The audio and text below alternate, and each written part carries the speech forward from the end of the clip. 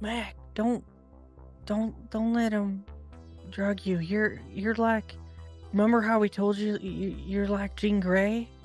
And you're what's keeping the Phoenix at bay. So if he were to drug you just to get you into that state to get you to the other place, who knows what else can be unleashed? Yeah, I don't think that's a good idea, because I can't really get in there. So I definitely can't get out, right? Because it takes like the same kind of things. I mean, I don't think he's gonna get stuck in there. I think you just gotta get there first. And maybe you'll be able to see your mom. She can help you. She said not to come back. She I said know. it was dangerous, and I mean, it is dangerous, right? There's so much out there, and you know, I don't know. Mr. LaBelle shouldn't have put this much pressure on you. He's kind of a dick. I mean, I kind of volunteered. You are the heart of what made our group so successful. You're also kind of the brains as to what made the group successful. I should read more comic books. Pretty cool. Didn't get to do a lot of reading though when I was in the other Glenbrook. Don't worry, I didn't read any more while you were gone. Great. I think. Sorry, I made a mess of everything. It's not a mess, Mac.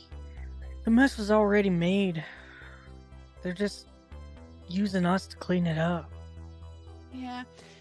But I feel like I kind of started the mess when I let you go with Charlie, because, you know, I was supposed to be the smart one. Mac, you still are the smart one. I was gonna go whether you let me or not. And I'm glad I went. I gotta learn a lot of things. And it's weird being able to see a future that could be, but also know we got the potential to stop it. We can change it. It don't gotta be like that. And you're kind of like a key to make that happen. I don't know why Mr. LaBelle needs you to go to the other side. I don't understand everything. But I know that you can do it. I'm gonna be right here with you, okay? Colt just gonna give her a little kiss on the cheek. You would think that she would be less able to concentrate, but something about that speech, probably the fact that she knows that he's right. She does know this liminal space better than anyone and everyone else in this room, and she has gotten into it every time. But you know what? Everything's gonna be fine. Everything's gonna be fine because Colt's here. It's fine. He believes in her. That's enough.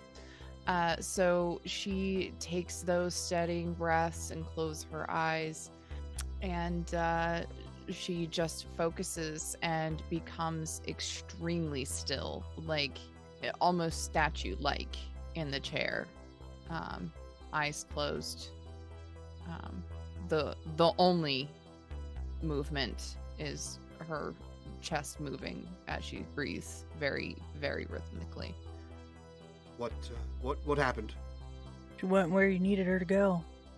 She's on the other side. Great. And you begin to see a projector, and it begins to widen, almost like a screen coming into focus, and you're seeing images. You're seeing the images of the places that Colt described to you. Back in Meat Space, we see LaBelle has unhooked Jennifer, has moved another chair over, and he is hooking her up and plugging her into various machines. And again, Mac, you feel this same pressure as you feel that pop, and Jennifer is standing next to you as well. Mackenzie, Colt, Jennifer, can you hear me? Yeah. Yeah. Okay. Mackenzie, can you see the other Glenbrook? Yeah, it's weird. It's like a light, almost. The way I understand it is everyone projects images differently in their own... It's very complicated. Beside the point. I need you to focus on this location. Colt, I need you to guide her to the places you were today. For you, that would be 3 years ago, when you first arrived. I need to look at all of the places you were and all the things you did after you encountered Ashok. I need to understand what happened there and how it's affecting here. Do you understand? Yeah. Jennifer, I need you to act as... This is complicated. I need you to act as a sort of anchor for the two of them. You are anchored to our Glenbrook in a way that neither of them are. And I need you to act as that. I need you to be able to pull them back. Dennis, the three of them are in. The feed is functional. I need you to activate everything. Yeah, I'm on it. Just Control C to cancel whatever you're doing. Start here. She says, okay, this is incredibly illegal. Just so you're aware, don't talk to anyone about this ever. This doesn't go on any sort of any diary, any sort of record of any kind. Clickety click, click, click, click. We are currently hacking into a series of government satellites located. Well, that's not important. And Dennis looks to you. I'm sorry I gave you space. You were being an ass, and you're not my kid.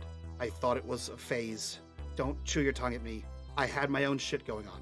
I didn't have time to deal with yours as well. I stayed in Turkey to meet up with a few old contacts. Your father and I worked for an organization called the Men of Letters.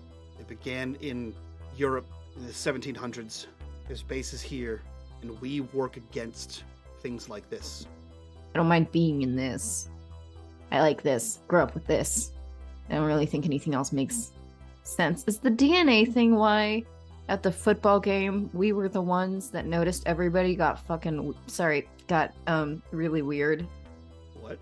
Because we went to the football game and you don't have any memory of it at all, but that's like the first like weird thing that happened. I mean, apart from you like embarrassing me in front of everybody, you were in the stands and we were in the stands and you invited all of us to sit together with the popular kids, which, oh my god, went so swell. And then, but it didn't even matter because the next day you said you didn't even remember us going, and we were all there. And then all of a sudden there was that weird orb thing. Those orb things. You've seen the orb things by now. I don't know. I feel like you should have. And like the loop brought one. You know, the thing of, like it wasn't active. The donut, yeah, the donut thing, and then the dinner plate basketball, and the you know, it wasn't active, and then Colt touched it and it was active. But that thing, like, kind of, like, made this buzzing weird noise a few minutes later, and we were all in the stands, and then suddenly all of you froze. Or, like, well, you couldn't hear us at first. It was like we were invisible. You just kept, you know, existing, and then you kind of froze, all of you. Like, everybody in the whole planet felt like everybody froze. We, like, walked out of the, like, field, and then, like, we turned around, and none of you had faces. And you were all faceless and weird. Like shadowy weird, and it felt like we weren't really here anymore. And then all of a sudden everything was normal, and we were standing in the middle of the field, and we went home, we went to sleep, and the next morning everybody said we weren't there and that we didn't go and had no memory of the evening, even though I didn't touch the freaky dinner orb thing for ages, and neither did Mac, or I don't think Otis touched it, just Colt touched it. But is the DNA thing why we were all fine and you guys got weird? Although you have the DNA thing, so that would be weird. Aiden, Ew. you're gonna want to hear this. Right about the time where you talk about everyone freezing and being shadows, he leaves the monitor and begins walking rather quickly to the other side of the bank of computers, and you see him like hit a few buttons on all four of them. You see him like hit a button on a panel of buttons on the side, and one of the screens changes and displays a local map. You see at first a single ping in the junkyard, and then he like a few dozen more keystrokes, and then a boop, boop, boop, boop, boop, boop, boop, boop, boop, boop, boop, boop. There are 20 green blips on the screen, and he looks up to Dennis and says, "The newest tear is just the largest. It's not the first."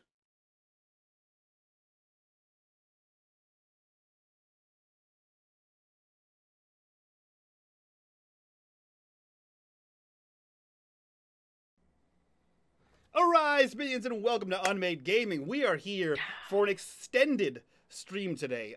This is going to be a 3-hour-ish episode here. This is the finale. We are rolling in the last episode and the finale together, or the second to last and last episode together. So, it's going to be a doozy. I have some corruption bars already hitting the bank. I have some ideas from patrons here. It's going to be a time. I will remind everyone that 2 of our characters have aged out of the safety net, as per Tales from the Loop, and that the world is possibly coming to an end, or at least an apocalypse is starting in some capacity. So, with that being said, if you like what we do here and you want to support this channel, the best way to do that is over on our Patreon, link down below. Join us at the $5 tier. You get access to this after show for this show and all the other shows we do on the channel for like the last, 3 or 4 years. While you're down there, click on that Discord link, join us in the Discord, be a part of the community, be a part of the conversation, and as always, in the bottom right-hand corner, you will see the corruption bar. That bar serves 2 purposes. One is when that bar fills, I do terrible things. However, today, I'm mostly doing your terrible things. So that's going to be fun for me. And 2, every single dollar that goes into that bar goes back to these wonderful, amazing faces that you see here before you. And with enough hand-waving from me, we can start the show. Is it already fucking full? It's full at least once right now. Let's see. Hold on. Let me update it for you guys. That way we can get a 2nd, 3rd, 4th, 5th, 8th, etc. in there. 8th? No. What? We're so screwed. I mean, if you love us, chat, but also, oh god. We're so What do you mean? screwed. We definitely hit. I think 15 is the highest we've ever done in one episode. Oh my god. So, you know, What did he say? What did you say? 15 was the highest we've ever done in one episode. That is not a record to beat, chat. I'm just letting you know. That is not I mean, something- technically it is a record to beat. On a money but... side, actually, fuck me up. Yeah. Please pay me in pain. Yeah, that's our preferred payment of method of payment here. So, just to give our players a little recap here, for you guys, where last we left our kids, you were in a secret, possibly government, underground bunker. Colt, Mac, and Jennifer are all attached with series of diodes and nodes and beep boop materials to several different contraptions, several different computer systems, and the 3 of you are currently in the in-between, looking through a looking glass of sorts into the other Glenbrook per Colt. Meanwhile, Alara and Dennis are hacking the planet, and Ogis is looking at a bunch of different monitors that are monitoring Glenbrook, while Mr. Aiden LaBelle, because I know everyone hates that name, has just announced that the rift made by Colt isn't the first, it's only the largest, as 19 other blips appear on the screen, meaning that there Go are big or go rifts, home. right? LaBelle wishes he was this big. Someone give me another corruption bar just for that comment. Meaning there are 19 other incursions happening throughout Glenbrook. You ready? I'm just going to say, by the end of this, if I don't give Mr. LaBelle, so-called Aiden, summer teeth, I've not done my job correctly. What is summer teeth? What's happening? You've never heard of? You never heard of summer teeth? No. Some are here, some are there. There it is. Oh, right. I see. I heard of summer teeth. I see what you're talking about here. You can't do that to me, KP. I'm half unconscious. You cannot say that shit and then act normal. I smell what you're I thought it was a common phrase. I didn't know. I smell what you're Er's got it. How did you think that was a common phrase? I know my backstory, and I know your backstory, and I'm as an Indian immigrant in this country, I regurgitate whatever culture is thrown at me.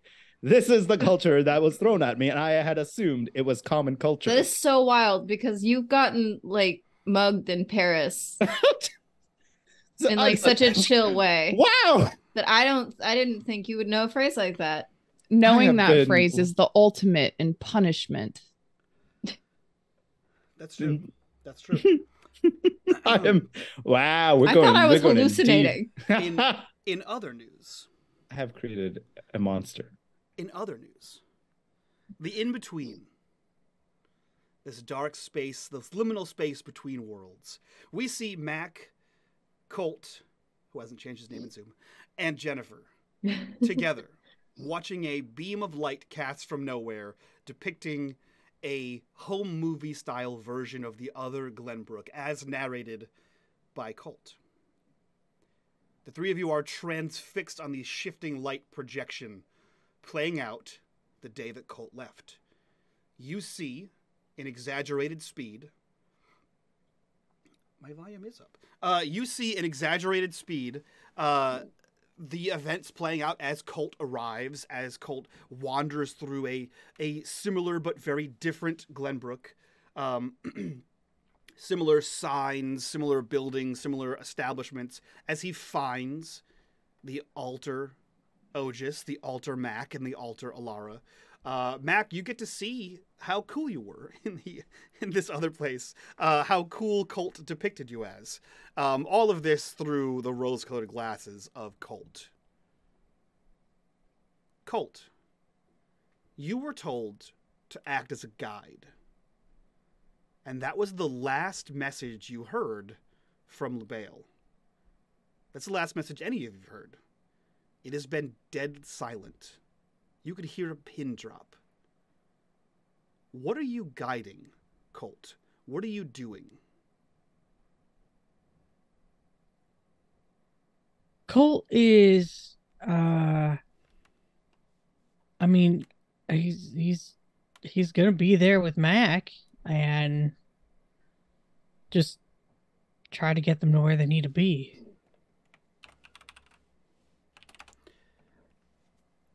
Maybe explaining or go ahead. Oh, just maybe he's explaining a bit like what happened at certain places, if they become familiar. Okay. Colt, roll me a comprehend. Oh, but gross.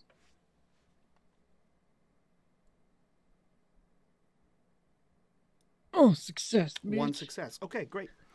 With no guidance from the outside, you're not entirely sure what you're supposed to be leading Mac to. You have no idea what's happening in the outside world. But you do. You go through those motions. You retell the steps as best you can. For you, it's been 3 years. For everyone, it's been 45 minutes, a couple hours maybe, that you were gone. So memory's a little bit hazy as you try to recall exactly what happened here. But again, you see this at exaggerated speed. You see the meeting in the alleyway next to the record store. You see the excursion to the school. You see how the school is different, Mac. You see the janitor chasing Colt down with the truck. And you see what you eventually will know to be Otis's father in this other Glenbrook. The entire time, Jennifer is silent beside you. Her eyes are closed, and she is as still as she can be. She was also given a command to act as an anchor, and she is doing her best to figure out what that means. Mac, while this is all happening, what are you doing? What are you feeling? What are you experiencing as you watch and fast forward 3 years of Colt's life? Oof. That's interesting. I think Mac is going through a very wide range of emotions because Colt is actually her first friend from this group. Probably one of her first friends that stuck around ever. Like really. So to not only see that she missed so much of his life, like as a teenager, like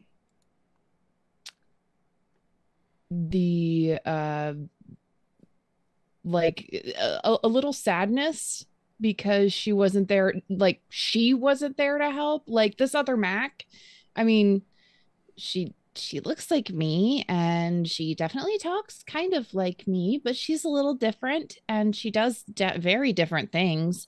And so she kind of tries to see if she can find a little bit of that Mac and learn from it.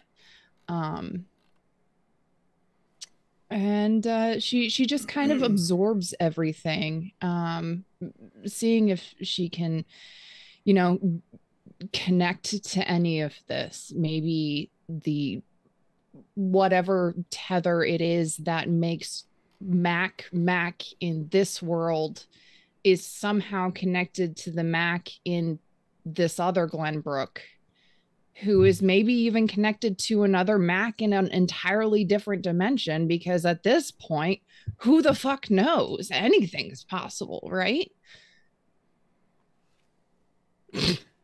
You were muted for that, friend. But you know what I said. I know. What doesn't prepare you is a smooch on the mouth of Otis. Yeah, that one kind of like takes her back a little bit, because to Mac, Otis and Mac look wrong, because she saw Otis with Lucas and that looked right for this Otis. Okay.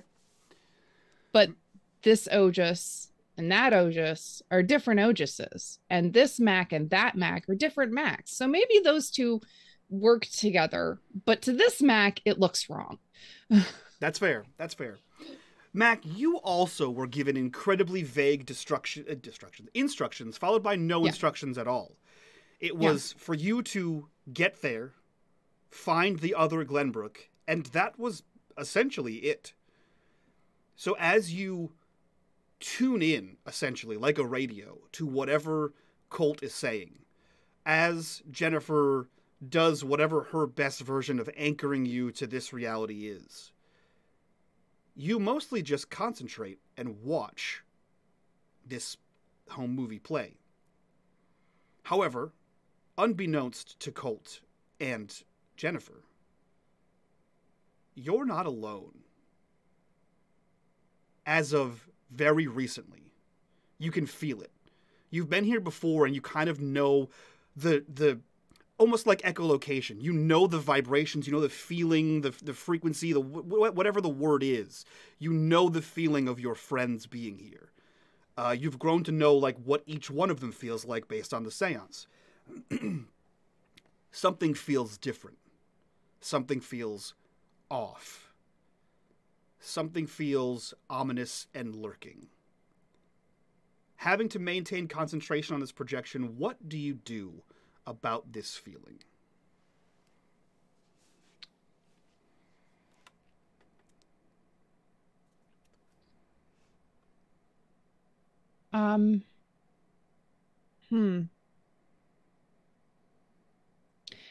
I think Matt kind of on the one hand tries to connect to this projection, but on the other hand thinks back to some of the books that she read regarding psychic connections and protecting your aura and your area, including your mind and your body. So she's going to kind of dig deep and see if she can somehow mold this place, somehow make a barrier around her and her friends so that anything can't really get through to attack them. Okay. Cool. I need you to roll comprehend. 2 successes adds like a mental bastion around you, like a fortified wall, right? However that looks. 1 success will give you a +1 forward to defend anything that comes through, if something in fact comes through. So yeah, go ahead and roll me comprehend. Oof, 2 successes. 2 successes. Outstanding. So Cool. out of this kind of almost, you said it's almost like a just darkness. It is everything around you. The easiest way I can explain this is if you've have you seen Stranger Things? No. Have I seen what? Stranger Things? No. Okay. So just imagine a like if you were in a room that was completely painted black, floors, ceiling, walls, everything. That's it, and it stretches on as far as you can see, other than the projection and your friends. All right. So in that case, kind of out of the floor, these wisps start coming up around us and just form almost like a little snow globe around us and the projection. Just a little wispy snow globe that just moves and hovers, almost like smoke. Okay. And I say quietly, "That's me." Okay. You feel Jennifer take a step forward like that, like, you know, when someone like gets next to you, she takes a step forward and like closes the distance between the two of you. I'll actually go ahead and reach out and try to take both Jen's hand and Colt's hand. Yeah, her eyes are closed, so there's a bit of a fumble, and then she eventually grabs your hand and in that step closer to you. Colt, do you accept Mac's hand as well? Okay. Yeah. I try to give each a reassuring squeeze. I don't know how well it comes out because Mac's been through a lot today. She's still a little shaky. I'll tell you what. Roll me a lead. Ooh, I have that. We'll see how reassuring your squeeze is. One success. You have 2 bonus die to give out. You can't use it on yourself. You can only use it on other people in the liminal space. So you have 2 extra D6s to give out to either Colt or Jennifer, should she have to roll. Cool. You create this mental prism around you and the projection, right? Still concentrating on keeping the projection going, still concentrating on keeping all of your friends safe in this liminal space that you know is dangerous as per the advice of your mother. That presence grows. You feel, you're not entirely sure if it's more or a larger version of something, but you're not alone. And the feeling of not alone is increasing exponentially. We cut outside the liminal space. Otis, you are watching the monitors in the doorway connecting the computer room from whatever's happening in the science lab.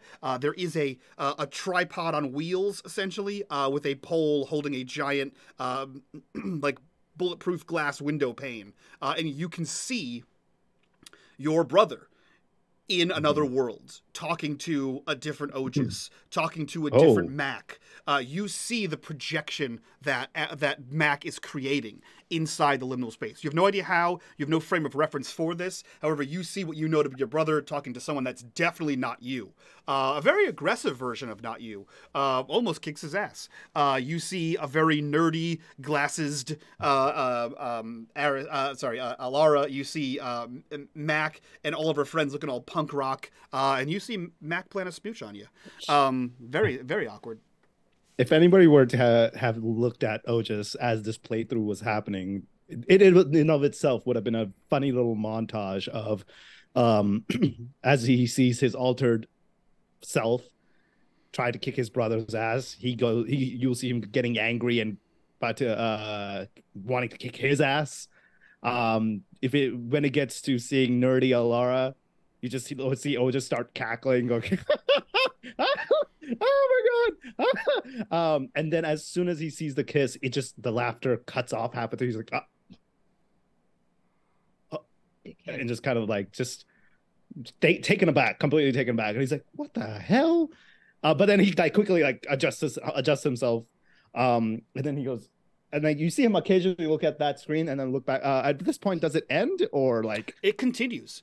This is a sped up version of whatever Colt went through in the in the other Glenbrook, essentially. So then he's probably going to continue like doing his best to watch while also trying to watch the monitor. But I think over time he's going to be distracted by this what Colt has gone through as definitely as a concerned brother, and also kind of curiosity. And in this time he probably sees his dad as well. You would see your dad. You see.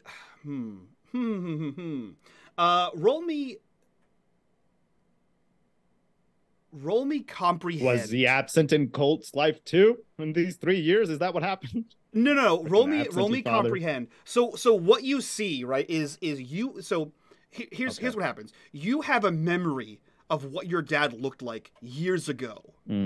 This man with like a squint and a head tilt could look like that. You're seeing like a home movie, right, style, like the 8mm Gotcha. style. He has a I wouldn't long, pick it up. bushy beard. He's got long, scraggly. He's in like plaid. He does not look like what you remember your father looked like. A clean-cut accountant, right? Like a numbers guy, right? He looks like a janitor. He's put on some weight. He's become this character. Okay. So at first glance, you don't recognize him.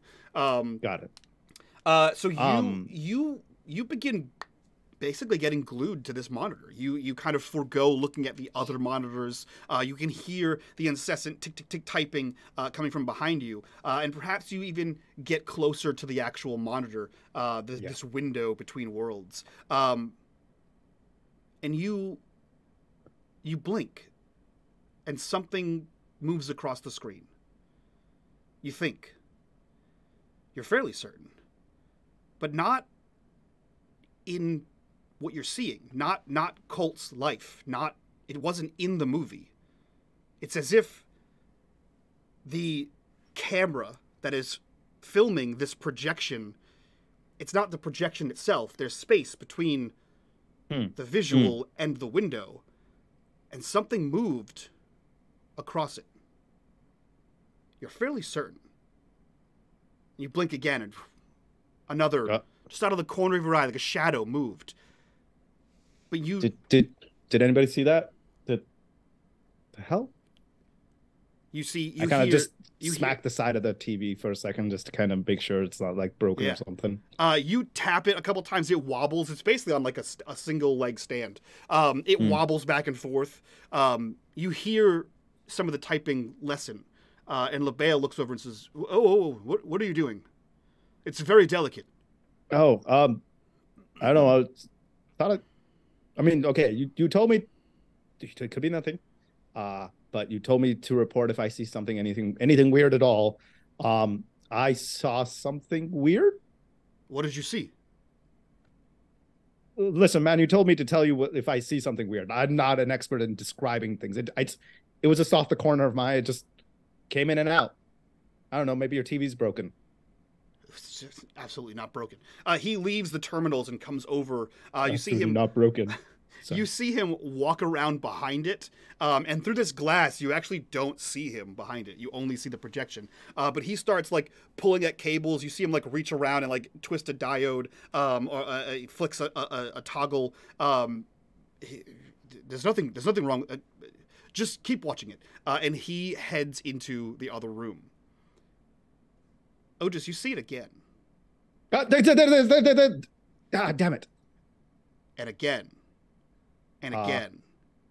Hey, guy, dude, bro.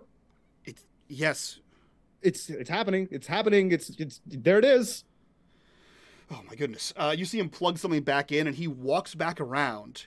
And in the time it takes him to do that, maybe 10, 15 seconds, the whole screen is dark. It went black. Did you unplug it already? I didn't unplug. What did you do? I didn't do anything. It's black. Your screen's gone. You're smacking sensitive equipment. What did you touch? Did you unplug something? Did you turn a knob? No. Okay. You check it out. Look at this. Look. Plug it back in. Plug it back in. He like clicks something and lowers it down a little bit so it's not as high, and you can see that he's like looking in between like the metal frames on both sides, like trying to find something wrong. Otis, you stand in front of this window. It moves. LaBelle's not paying attention. He's looking at the back of it. He's looking at the cables, and you see like a drip. The entire screen warps out towards you. Okay. Oh, hey, are you talking? Whoa, dope. What is happening? Come over here, dude. Just come over here. He comes around the side. It's still black. I understand. What are you? And I still see the warp. Yeah.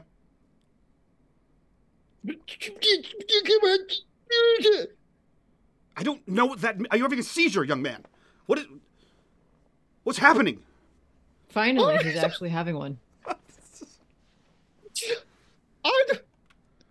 And I turn to Dennis. Do I see there? this? Wait, is Dennis there?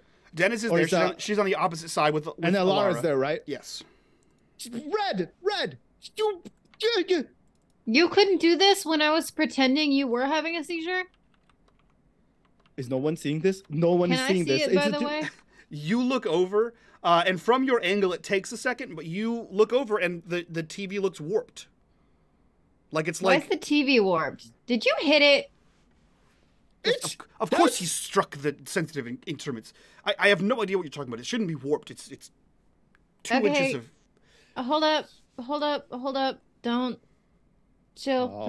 Breathe. Is In, it out. still like just in, coming out. forward? Yeah, it's still moving towards you.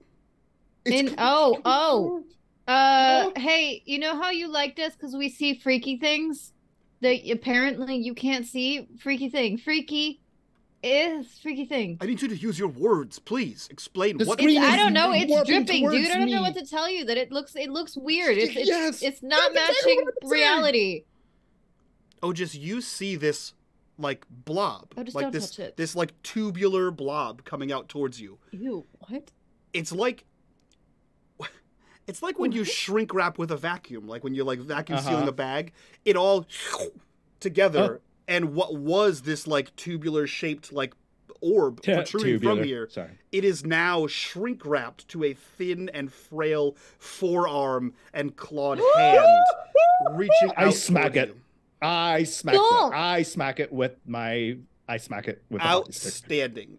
You reel back and you smack it with your hockey stick. Corruption bar number 1. You smack this thing, and where Mr. Bale. where LaBelle and Dennis see nothing, you make contact with what for them looks like midair. You hit this arm right in its dead center, and it sends the entire window crashing down to the ground. You see a big spider crack hitting from the left-hand side up like a lightning Glad you bolt said crack. through this thing. The hand flops to the ground, and you see it slowly retract, like bleeding in reverse. Oh no, you freaking don't! And I grab the hat. You grab Grab it. Outstanding. You reach down and you grab this hand as quickly as you can, and you feel the fingers. I need proof. You feel the fingers wrap around your. Oh own no! hand. I'm not grabbing the fingers. You said there's a forearm, right? There's a forearm. Like, Yeah, it's receding back. Yeah, but in. it's grabbing you back, stupid. But even if you grab the forearm, it's going to grab the other side of your arm. So you grab this thing. It grabs into you. You feel I made a mistake. You feel immediate cold. And as you like possibly like yank your arm back, you drag the window with you a little bit. And the whole time, LaBelle, what are you doing? He's yelling about his precious machine. Do not see. I'm gonna jump up from the computers. Perfect. And run over to Otis. If he's going on about his equipment, I'm gonna be like, first off, I'm gonna tip it over. I'm gonna grab Otis. Wait, what? The TV. Tip it. Tip it. Okay.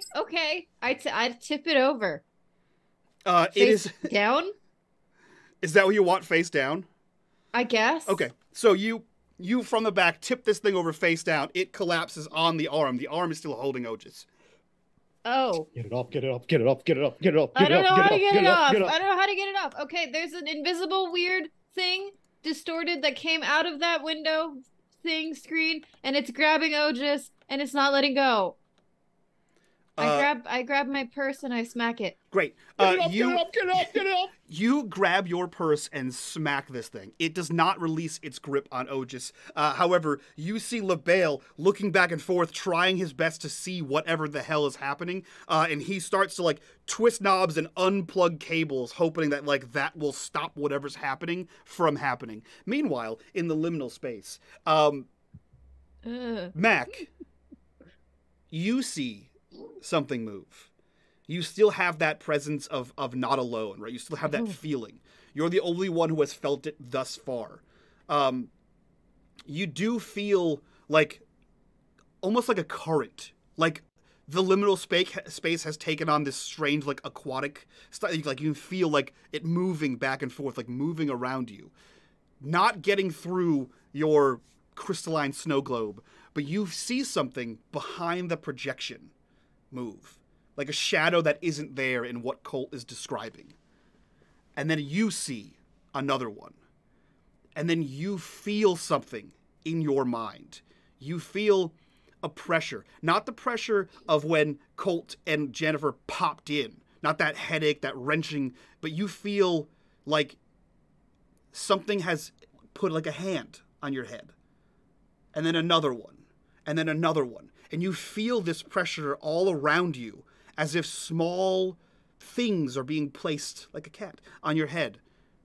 And you realize it's not your head. It's your dome. And as you look out into the liminal space that is usually dark, the darkness surrounding you is writhing. It is moving. Your entire globe is covered in something. What do you do? Well, I can't hold them off for long. We have to go one way or the other, and we can't come back. Colt, you are unaware of anything. I don't understand. And I say very, very quietly, hoping that they don't realize that I know that they're there. And I say, something is outside of this dome. And we need to go one way or the other, or they will eventually break through.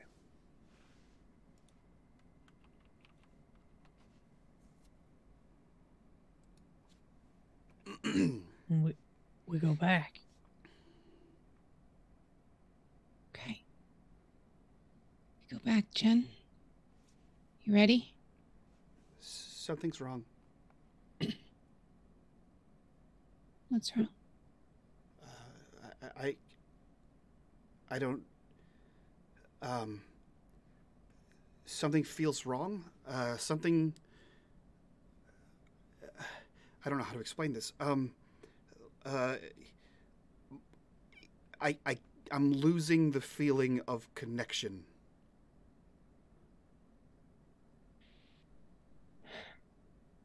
Like I have a clear feeling of being home, and it's like I'm forgetting.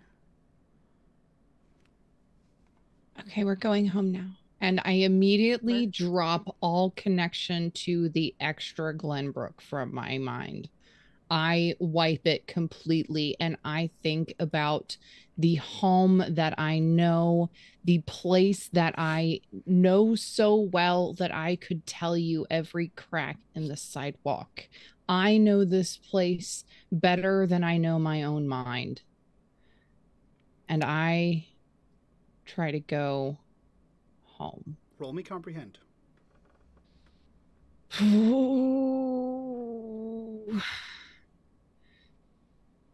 I can't give myself the Ford. Nope. So we're just going for it. That's a 0. You have luck. You have I'm going to use my luck. Okay. Okay. Because this is what it's for. Yep. Do I just click reroll, or do I? You just click reroll and then check off one of your lucks. One success. One success. Okay. You picture everything you said, the home you know so well, every sidewalk, every crack you know to hop your skateboard over, the best places to go on and off the sidewalk, all of the memories of friends, all of the memories of the record store, everything. The projection flickers and changes, and you're seeing Glenbrook. Your Glenbrook. Home. But there is a dark storm cloud hanging over Glenbrook. it seems to start on Main Street. It's not like a normal storm cloud that's rolled in from the north, right? It's not like the precipitous clouds have come in, the warm air down from the cold air down from Canada. It is forming in the center of town, swirling like a vortex. You see this happening. You see people coming outside and looking. You see cars stopping. You see strange things abound in Glenbrook. It almost starts to have the feeling of the other Glenbrook. Jen opens her eyes and looks to you and says, I feel disconnected. I don't think we can go back the way we came.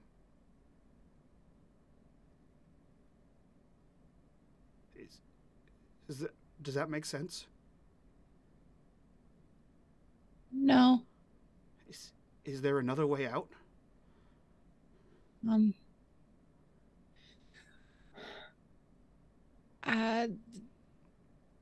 Just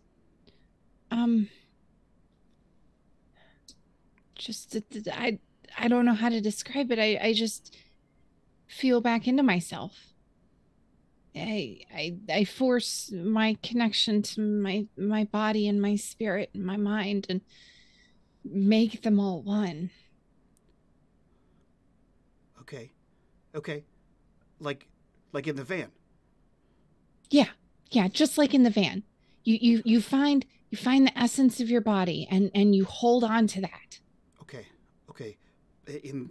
And I squeeze both of their hands and I'm giving them each that D6. Okay. She looks to you and says, in the van I could see myself. Okay. Anchor. Okay. I got it. And she reaches forward and you see her hand barely graze the light of this projection. She's gone. So help me God. I think it worked. It fucking better. Come on, Colt. All right. And still holding Colt's hand, I'll start reaching my hand out. Okay. To try to go. Colt, do you wait or do you go at the same time? We'll go at the same time. Okay. Back in the bunker. The screen has been collapsed down on top of this black arm, this black clawed arm that is still holding on to Otis. You see LaBelle is frantically pulling cables. I start kicking that hand. Yeah, you're kicking like the forearm of the hand and you're trying to pry your arm free. Roll me a force. Heck yeah. Alara, you hit it with your purse.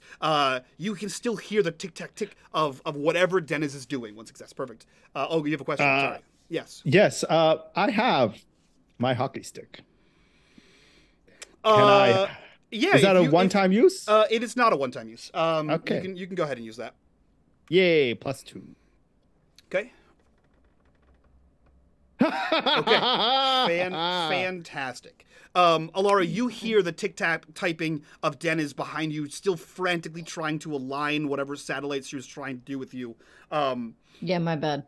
It's okay. You glance back at her, and you see over like an overhand chop as Otis swings his field hockey stick and smashes onto the screen you toppled over. Shards of thick plastic glass just shatter and explode everywhere as you see the arm release you, Otis. But what you see as you glance back, Alara, and what you see now, Otis, is that all of the cracks in the glass are bleeding. They are bleeding black. Like yeah, like thick, black, oily blood is seeping out of this and pooling on the floor. You all Mr. feel. LaBelle, but you see that, right? He like rips a cord out and looks down and says, yes, Miss Kaya, I do see that. He takes a step back, and as he takes a step back, you all feel the hairs on the back of your neck rise. You feel that feeling of before a thunderstorm, of being too close to a lightning strike. And you can smell the ozone in the air. And then the bunker shakes. Oh. Like a small earthquake. You see the monitors shake. You see the monitors switch to static. There's almost like a moment where you have to steady yourself. As you hear the clang of Dennis grabbing onto the metal top of the array of computers. And it stops. Just as suddenly as it stopped. Your hair's lower back down. The smell of ozone is gone. What are the three of you? What do the two of you do? Rushing to the others Yeah, because but they what were about hooked the up black- to a machine. What about the black ooze? Is that gone too? It is still oozing out. Ew. Okay. Gotta go. We gotta get. And I follow Alara. Okay. To Yeah, the I'm other just room. rushing to our friends to see if what the fuck. Alara, you race, or you juke right around LaBelle, and you move through the door and into the room where you saw three of your friends enter. You heard three of your friends speak. There's no one in this room. Like physically? There is physically nobody in this room other than you. You see a bunch of cables plugged into various machines, ending in sticky, like diodes that would be on somebody, and they are limp to the ground, resting on several, like old-style dentistry chairs. There is no one. There's evidence that someone who was there. No one is in this room. Where'd they go? Jen? Colt? LaBelle rushes run up over- behind you. We have to get them out of here. They're not. Where are they? He has the same expression that you all have. I grab him by the collar and I just Oh yank my him to me. God, And I say, my dude. "Where the hell are they?" I don't know. They were physically here. There's only one exit. Where could they? This is your plan. This was your plan. Where the hell is my brother and my friend? They should have been safe here. There's nothing. I don't understand. They weren't hooked up to anything that would have done anything. It was a viewing station, a simple viewing station. I run over to the screen. Do I see anything on the screen? Other than black oozing blood coming out of all the cracks you made, no. You flip the screen over and more just pours out, forming a larger and larger puddle. I'm poking around Bring the them back. beds everybody was on to see if they're just invisible or something. You poke around hoping to feel one of your friends there. There is warmth on the tables where they were laying. That is quickly dissipating. No one is in this room. You bring them back. Bring them back now. I don't know where they are. They were physically... Even if your mind is trapped in the liminal space, your body stays here. Your body will wither and die. I've never seen this. I don't understand what happened to them. They must have done something. Don't you fucking put that on them. That is not on them. That is on you. You put them through this. Oh, How dare you? Shut up. This is I'm tired of shutting up. What do you mean tired of shutting up? You haven't shut up in I don't know, hours? Dude, this is the only chance, and points at LaVale, should probably say he, but whatever, that we have at surviving this, at saving them, at saving things. You need to quit before he, I don't know, hasn't come out, my movie hasn't come out yet. Just mind wipe. Before he mind wipes you and dumps you somewhere for being annoying, okay? We have the four of us have to work together, and that won't work if you're constantly derailing us with the threats, okay? After all of this is said and done, punch him. I don't care. Sorry, but I don't. But right now, okay. They're gone. I touched the bed was warm. They aren't there anymore. Jen is gone again, and we haven't gone on enough dates for it to be okay for me to have to rescue her as another one. So we need to come up with a better actual plan. Dennis? Ball, the freaking donut thing, the ball thing. We don't That's have how we got one in of those anymore. And I turn to You don't, LaBelle. right? I don't have access to that. We could go to the loop, and I could try to get one, but I don't have access to that here, and I no longer have a car. Hold on. And he walks into the room, and you see him like walk over to the area between the chairs, and there's a handful of like.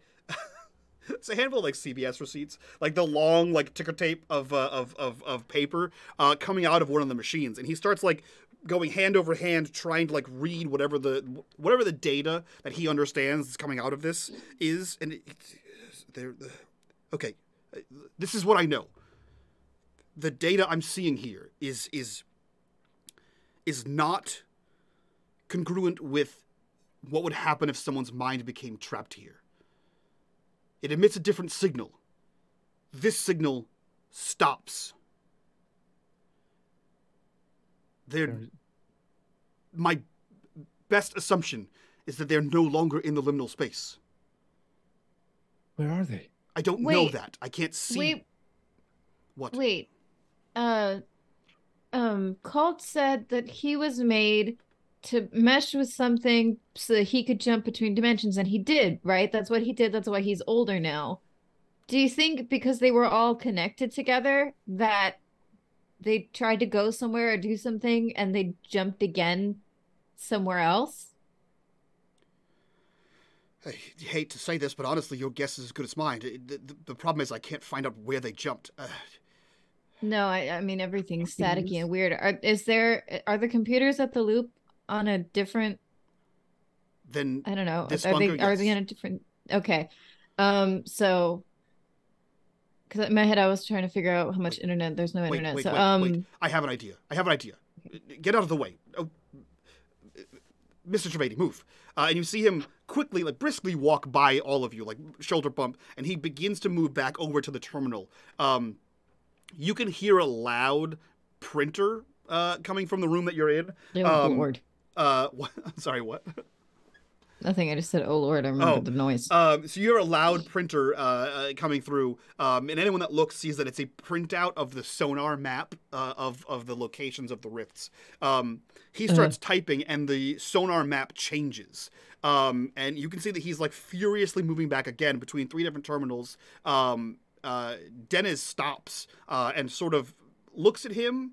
And then she starts to walk over towards you, Alara, perhaps to console you. But he is furiously typing away. And you see the sonar map change. And you can see it like zooming in, right? Like that, like triangulating, zooming in. And it makes one mark. And it's the dead center of Glenbrook. This is, I think I figured it out. I isolated the various energy readings from the rifts against any other strange fluctuation. There's something happening in the center of Glenbrook. I don't know if it's something else or your brother and friends. I don't know. Okay, well, then, so Alara is leaning into Dennis for sure because young love's not supposed to be this fraught. And her girlfriend just got body snatched, and her best friend got body snatched.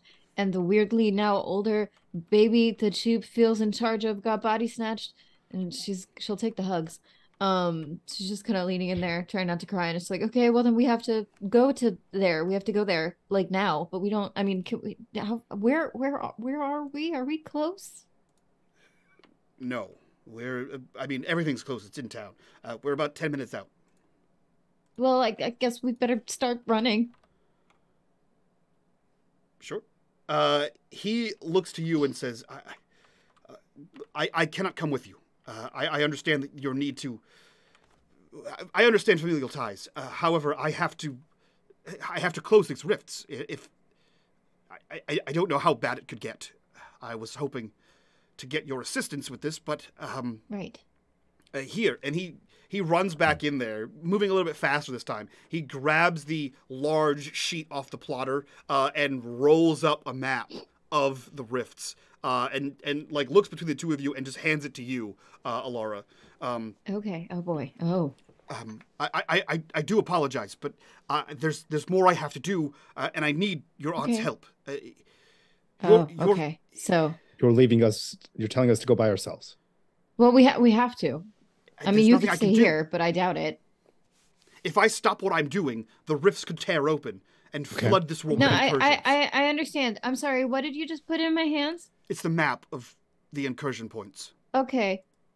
So we'll go to the middle, and then we'll use this as we need to. I'm gonna, because we're in that room.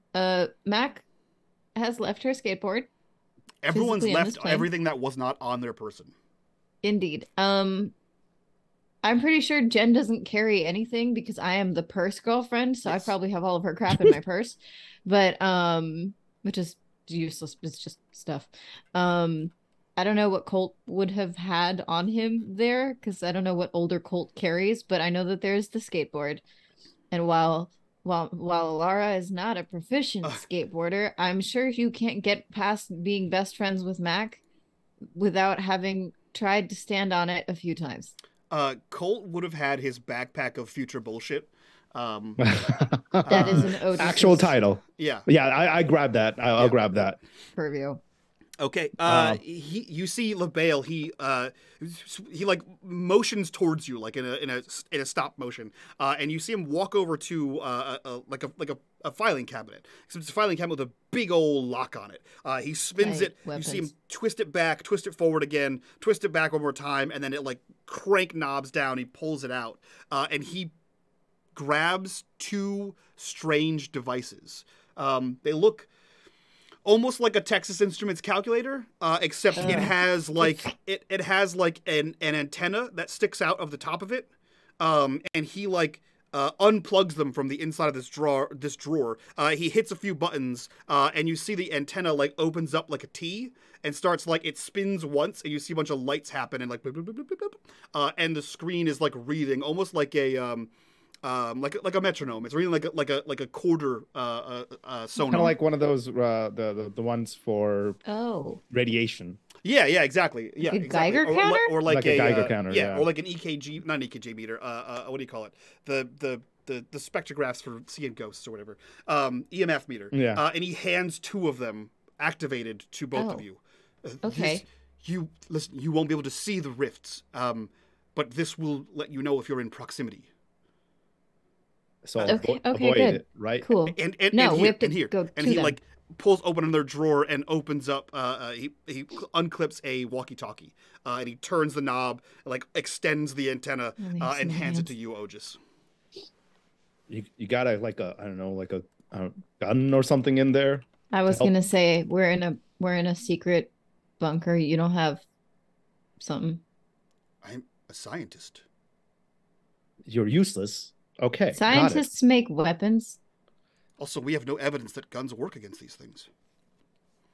I'm just going to say something freaky and experimental. No. It's a research facility. You can research weapons. Don't look at me like that. All right. No, we got to go. Come on, we got to go. Okay. I think he's yeah. And I before I leave, I turned to him and said, "You better freaking stay alive so I can kick your ass." And I walk around and then go off. I give my aunt a hug because I'm a normal person. Fair. She hugs you back, and it's very much like sadly, it's very much like one of those hugs that's like, I don't know when I'm gonna see you next, right? It's an extra tight hug of somebody going away for a while. And in the hug, she like kisses the top of your head, and she says, "You had better make it home." I'll do my best. Promise me that you'll make it home. Okay. Say promise. The words. I promise that I will make it home. And she kisses your forehead. And she just whispers, "Good luck." It's like a quick "I love you." And she has to leave the book behind. Oh. Because she needs it.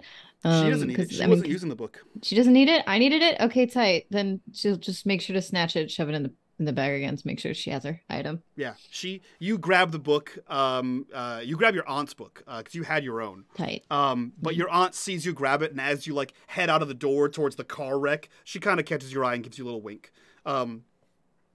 Cool. The two of you begin to ascend the ladder up to the ground level and head towards the center of Glenbrook. Meanwhile, in the center of Glenbrook, Mac, Colt, and Jennifer, you are standing in the middle of the street. You appear in the middle of Glenbrook to the noise of as a horn blasts and tires screech, stopping in the middle of the road, almost hitting the three of you. I run out of the street because I'm a normal person. That's a great plan. That's a great idea. That's why we're best friends. Yeah. Yeah. Sorry. Just two normal people.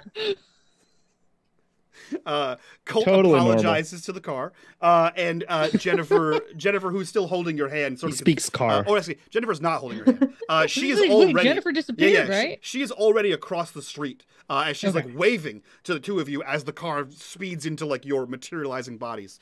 Yep. So Colt apologizes. The two of you run across the street to her. As far as you can tell, you're in Glenbrook. There is, in fact, a large black cloud. This time, kind of like a donut, there's a large black cloud spiraling from the center of Glenbrook outward.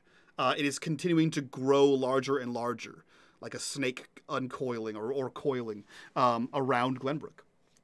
There are cars stopped, people gawking at it. You can see that like every once in a while someone will flip a closed sign at their store, very confused about what's happening. You can hear radios coming from inside the storefronts that say flash flood warnings, storm incoming, those kinds of things. It is not common for a storm, a rainstorm, if that's what this is, to happen in December in Glenbrook. Usually it's like a blizzard, a nor'easter, or something of the kind, but this is absolutely not that. You've never seen a snowstorm this dark before. What are the three of you doing? Not letting go of Colt's hand yet. Mac turns to him and says, "Where are we supposed to go? Exactly." Oh, thanks, Colt, G. Colt kind of looks right up at the storm and just kind of with his free hand points. Probably right there. All right, well, let's go, I guess. Do you know what we're supposed to do there? We'll just start moving towards that area. I have no idea. I don't know what's happening. I don't understand. It's Okay. nothing I've been through before.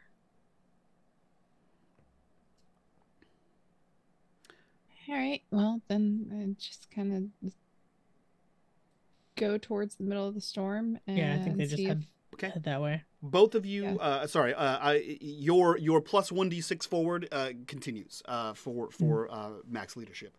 Both of you roll me an investigation.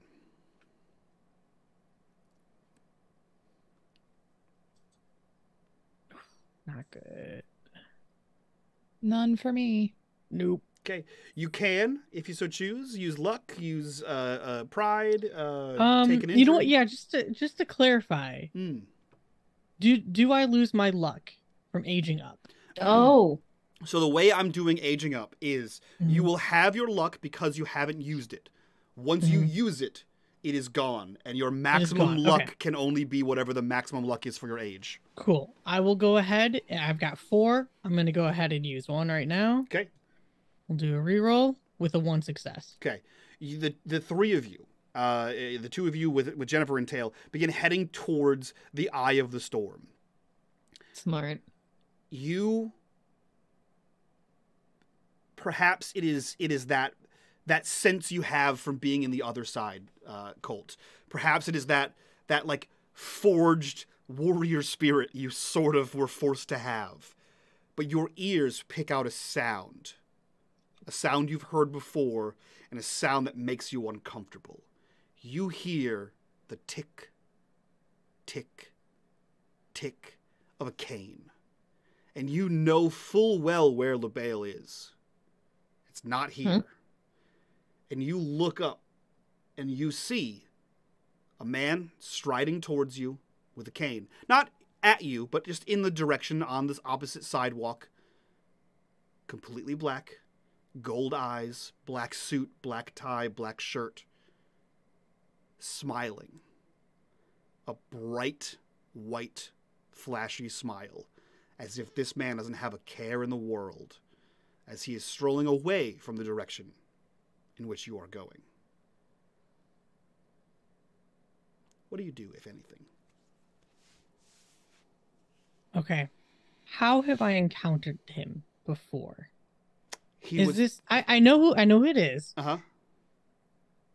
Is this one of those instincts to run away from or to run towards? I will say this. In the other side, in the other Glenbrook, you have not encountered him at all. The only frame of reference you have for him is when you were 11 and you met him when he was talking to Tommy Vernon. Was at the junkyard. Okay. So whatever the feelings you have upon seeing that scene play out, it's all the same. Okay.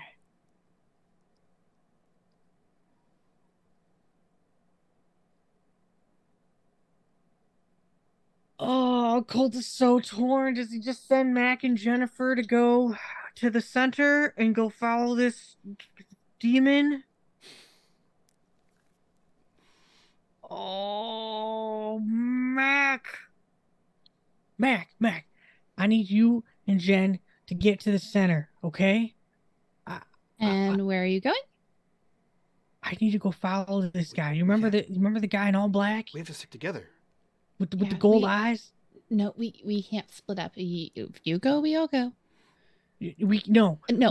I remember this guy too. I was there that day, okay? But we are not splitting up. I already lost you once. I'm not losing you again today. You're not going to lose me. Jennifer's our anchor. Right?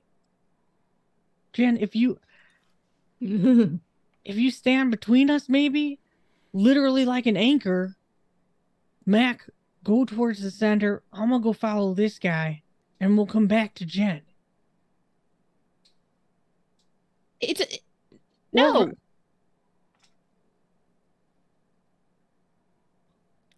I can hide somewhere, I guess. Around here. We need to be able to cover more I ground. just start walking off very angrily towards the area, trying to not go directly to Mr.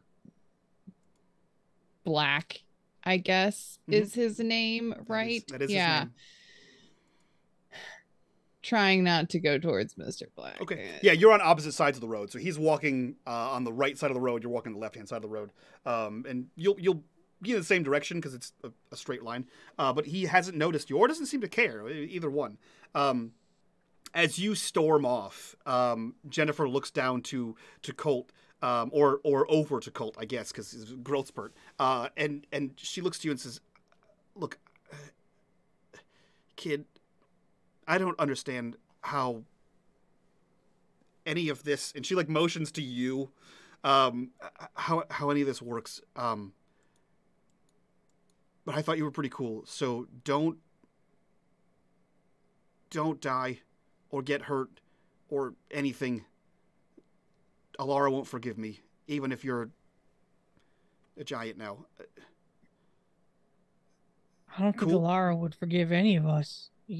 But if we lost you, might as well be good as dead. That's probably true. It's super true. Okay. Play it smart. And if you need to, just kick him in the nuts. Okay, I can do that. Okay. And she like kind of does that like hair tussle that she used to do. And gives you a very placid smile, like it's just for show, as she nods to you, and you can see her like looking around at like where's a good hiding spot. You see her walk in front of a handful of shops.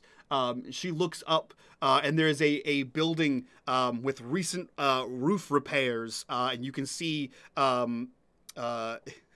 component video across the top of it, and you can see her like look inside, and then she like tries the handle, opens it, and enters this dark building. You are alone in the street. Mac has headed down, and your anchor has gone into hiding. All right, I'm gonna go ahead and follow the demon. Okay. Do you stay on your side of the road, or do you go over to his side? No, I'm gonna walk kind of menacingly parallel. Yeah. You know, like a kid trying to follow an adult, but not. Yeah. But like it's kind of obvious. Yeah. Yeah, you're the only person that's casually going at the same speed in the same direction. You see him walking down the road, like dancing in the rain, like the song "On the Street Where You Live." He has his cane and he's walking. He's striding, and every once in a while he takes the cane and sort of gives it a twirl, and clicks it back down, like he is enjoying whatever is happening.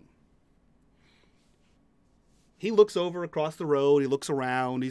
He's stopping at every crosswalk, looking both ways, as if this is a regular day for him. How long do you follow him?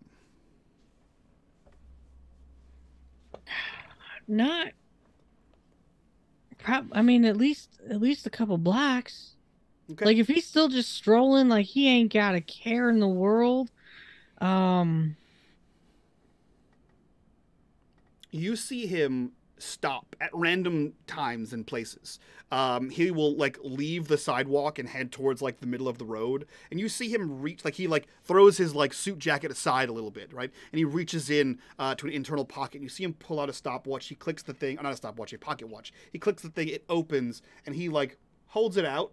And does that like dad thing, right? Where like you adjust the newspaper closer, and he like holds it out and adjusts it, and you see him look around, snaps it closed, puts it back in his pocket, and continues walking. He does this several times. It doesn't seem like he's going to a place, because he's basically going in a loop around the center of town. Mm-hmm.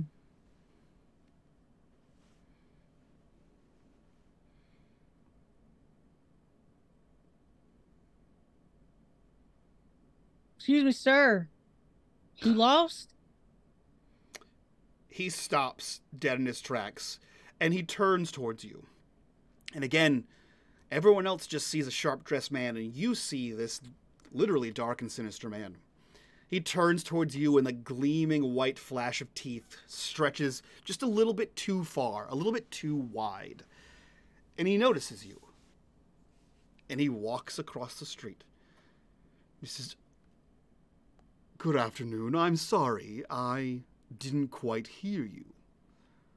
What was that you said?" You lost? "Oh, no, son, I am not lost. I know exactly where I am. What about you? Doesn't do well to be outside on the day of a big storm like this. Your parents would worry." Good thing I like a little rain. Where do you live? Perhaps I can walk you home." Down that way, and he's gonna go ahead and point right towards the center of town. "Oh, well, I just came from there. The rain hasn't quite started yet, but it seems as though it should be happening soon. You should be on your way." Where should I be going? "Well, it is a storm, and the buildings around us are all closing. I would imagine your mommy and daddy would like you home, and safe and sound. Wouldn't want anything to happen to you, now would we?" No, I suppose not. You don't seem like you from around here, though. We don't get a lot of folks quite like you. "Oh, I imagine you get all manner of folks with the loop here. People from Europe, Sweden, scientists from around the world. That's what I am. A scientist from around the world." You're like one scientist or like multiple scientists from around the world? "I'm one of a kind."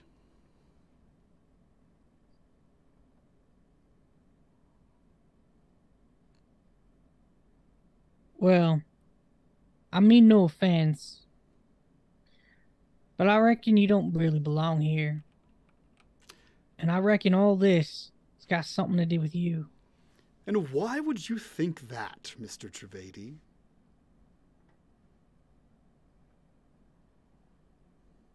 Because you know my name.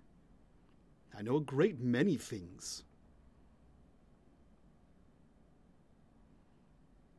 Also, you look like a demon. I mean, like, I don't mean to stare, and I don't mean to be rude, but you're not human. What are you?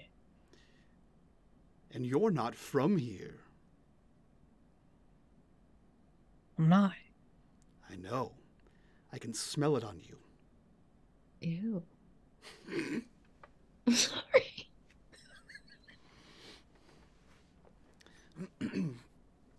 It clings to you like a bad cologne. Look, I just hit puberty, okay? Give me a break. Golly gee willikers. Oh, man. Deodorant is still a foreign 14 concept. years old, all right? I'm only just starting to learn about deodorant. I just got back from the war, and all of a sudden I was 14. I don't know what happened. Right. My clothes are so small on me. I don't know. Fuck me. Oh, my Hasn't God. showered in 5 years. Yeah. Only gone for More 3. dirt Still than hasn't boy. been gone for 5. He is wearing Max flannel though. That's true. So that his belly button When is covered. when Right, they- yeah, his like washboard abs are like sticking out. Oh my god. Giving that hoodie a good wash. Those abs. Yeah. This is the fucking weirdest, horniest show we've had. It's a weird place. Yeah, he says what he says. It sticks to you like a bad cologne. Well, that's rude. I didn't say that you smell. I just say you look funny. Some would say that is just as rude. There must be something strange about you, Mr. Trivedi. Not everyone can see me. My friends could see you. Interesting.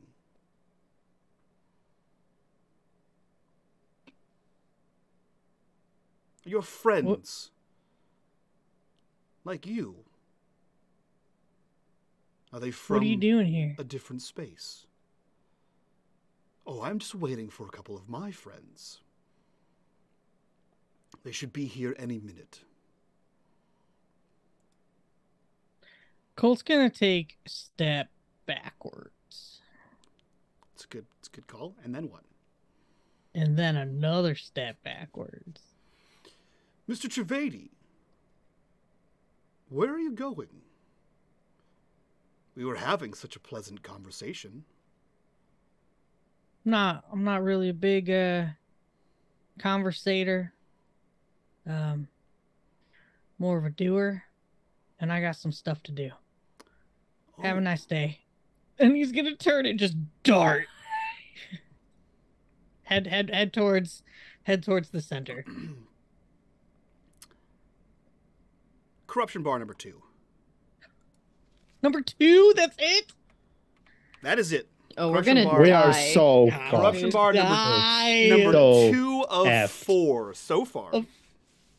Of 4 so far. so screwed. You say you're more of a doer and you have things to do, and you quickly turn and start booking it down the street. So screwed. You hear no amount of breathlessness, no amount of effort, no amount of exertion. Well, Mr. Trivedi, what is it that we're doing?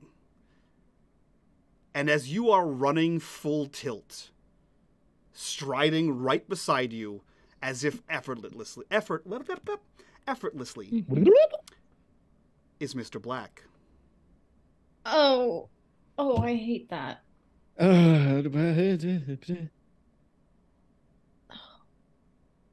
It's rare to see you alone. Usually you're with your friends. What is it that the 4 of you are doing? You see, leaving in the middle of a conversation is quite rude, and I wasn't done. Well, call me a rude boy then, 'cause I am. Oh,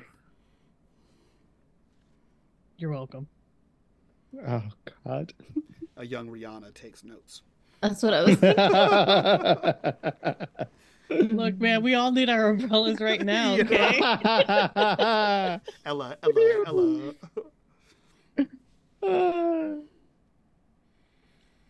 Colt, as you run beside Mr. Black, something I'm about gonna like slow down to like a little trot. Yeah. And I'm Yeah, not 'cause gonna there's no expend point. all my energy at that point. something about him seems more.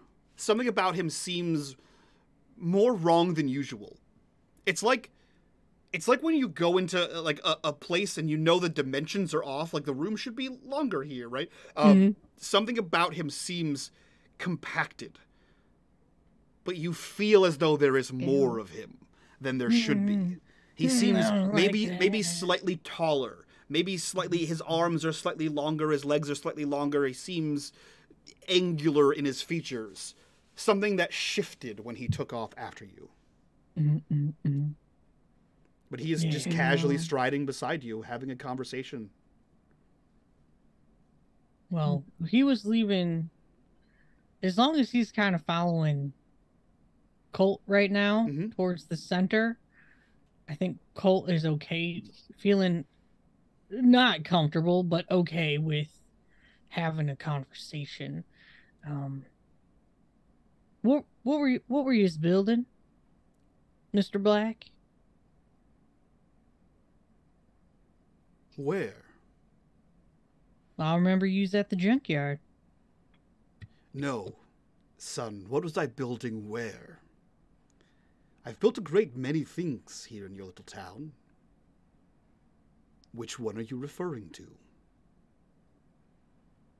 The biggest one? You mean the school?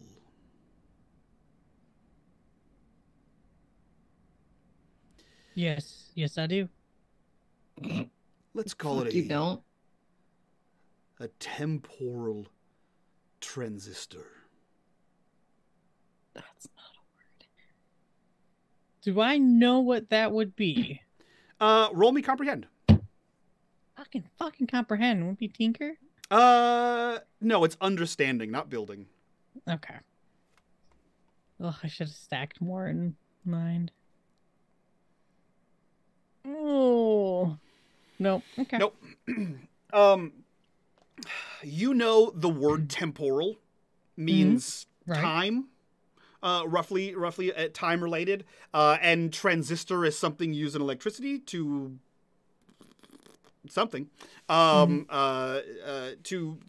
I think dial down the amount of something. But what the assembled thing could have been, you're not entirely sure. He says, that means you were privy to conversations you should not have been, Mr. Trivedi. That is also quite rude. Maybe you shouldn't be having conversations out in public. I wasn't. I was behind closed doors in a closed office. That's fair. An I office, did get in trouble. an office to which you broke in and crept through a door. Don't think I break didn't in? see you. There was a doggy door. I didn't break in. That's not. Again, not what breaking means in breaking and entering. He looks Listen, to you. Go ahead. English is my one of my three languages that I learned, and clearly that's what it sounds like. Is you need to break something before to break entering. in, No. To right? break in before entering. He entered, is but in- he didn't it- break anything. Yeah, he That's fair. entered a public office I hate you. It's not a that is public open. office. It is open. It's a very private office. It's a private office. Breaking means breaking That the he's had threshold, permission as in to enter crossing before, the threshold because- of the building. before it was his friend's office, No, right? Colt he- knows Put it. it this way: if you're cute enough, laws can mean whatever you want. Right. And Colt's Jesus. been real cute. That's true. That's Please the do real not law take of legal America. If you're cute enough, laws can be whatever you want. Please don't take legal advice from us. Yeah. You Be should take cute. legal advice from me. It'll make your life real interesting. Be cute or have money. Laws don't apply to you. Yeah, he looks to you and he says all that. He says, you broke into an office for a private conversation. Now, Mr. Trivedi, my conversation that I'd like to have with you is, how did you get here? It feels recent. How did I get here? Like, I need you to clarify because there's a lot of places I've been, a lot of places I go. Interdimensional travel seems beyond you and your kin, so how did you get here?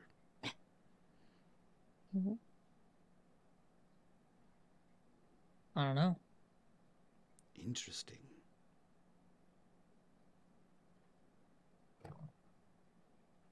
Very interesting. An act of God, one would say, if they were ignorant. Strange. The universe works in mysterious ways. I'd have just blamed it on the aliens. Well, none so advanced as that. What do you hope to do today? Going to save the world, sir. From you. What makes you think it's in any kind of danger? And what makes you think it's my doing? You exist. There's some dark clouds in the sky. And I've watched a lot of cinema.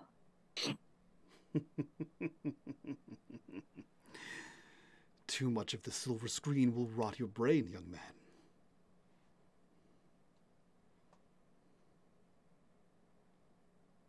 You are correct, though. This is my doing. And destroying the world is a matter of perspective. I don't think I'm destroying the world. I think I'm aiding in creation. By annihilating those already existing here. By welcoming those who've existed here for long before your kind. Then why can't we just live in harmony? Why do you gotta slaughter millions of people? I've slaughtered no one. And why you can't live in harmony is entirely answerable by you. You seem to be laboring under some disillusion that a war is coming, or that my friends will start it. And that isn't further from the truth. It is your kind that starts it. Every time, in every dimension, throughout time.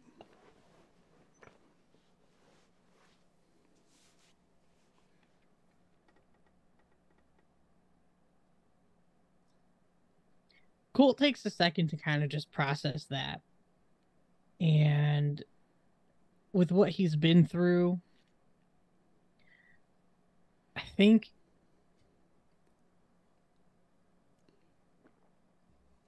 he deeply believes what Mr. Black is saying. Like, he knows that he feels that that's true. He looks to you in your silence and he says, fear is your default setting. But I'm not afraid. You and your ilk, your kin, you fear what you don't understand. Some try to understand. Some are driven mad by the lack of understanding. Some, most, are driven to violence. And that is a losing battle.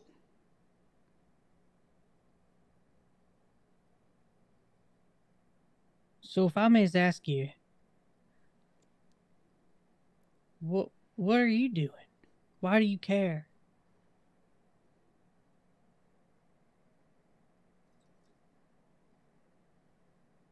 This has happened time and time and time and time and time and time again. Why aren't you doing something to change it? To stop it? I am. Every time it happens, we try someplace new. Call me hopeful, I guess.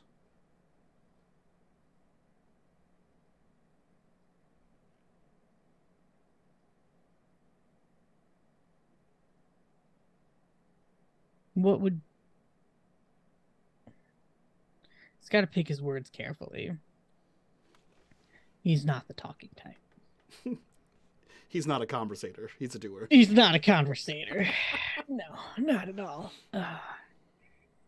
You wanted to talk to him. Wanted to follow him. You called him. That's opposite of following. Well, because he wasn't doing nothing. Get his attention.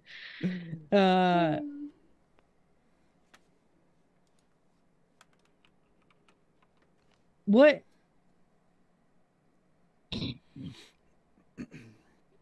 If you know that this is a losing battle every time, and it's us who's starting it,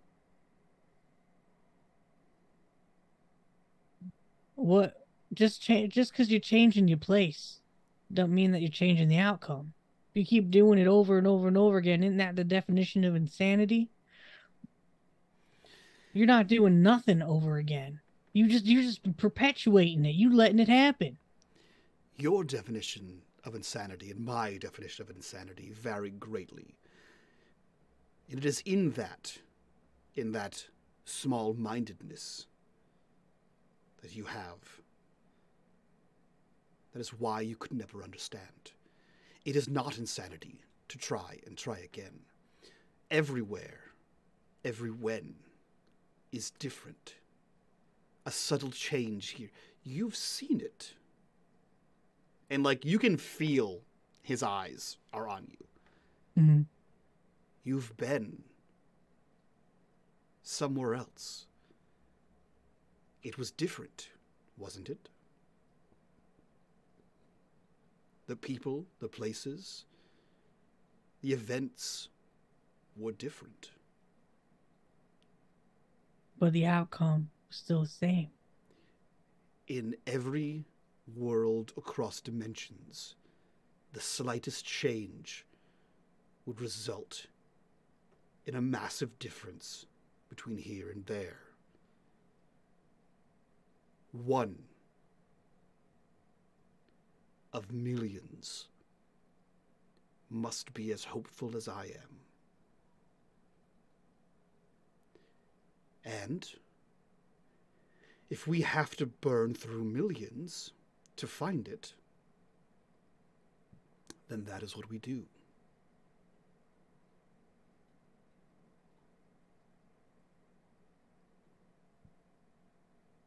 You know that we're already doomed. What?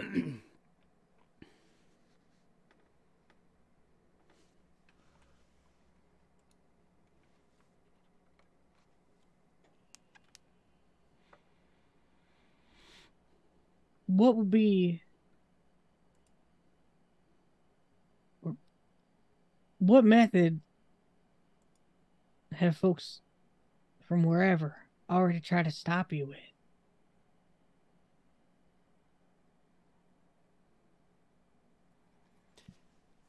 Every method you can think of, and 1,000 that you can't. This is why it is a losing battle. We've seen it tried over and over and over again. Ad nauseum. And we So what learn happens when we each win? time. Well, like my hope, there is a first time for everything, Mr. Trivedi. I guess so. I'm gonna kick him in the nads. Yeah, dickwad. and take out and keep taking off towards the center. Does he even have nads? I don't know. Roll me a force. Oh, kick is a Kick kick. him in It'll the hurt him. nads. Wolfman's got nards. Thanks, buddy. It's one of my favorite movies. Oh man. Oh, you kidding me? You got No some way. luck. You got some luck. Yeah, I got some luck. I'm burning my luck on that. Come on. There we go. Okay. One success. One Good old success. nard kick. Okay. Let me see here. Colt, you're gonna give him a kick in the nards, but Yeah, hell yeah, I am. I need to check your character sheet here. I need what do I need you to roll? I need you to roll. Oh man, it's gonna be a mind roll. I think Okay. it's just gonna be a straight up mind roll. A straight mind. Cool. So roll me mind just so I can narrate this scene for you here. Great. You can re-roll if you want. I'm not gonna tell you the outcome until you get a final yes or no. Oh. I've got to die. Can I just roll a d6? Can I burn that d6? Yeah, you can. You can burn that d6.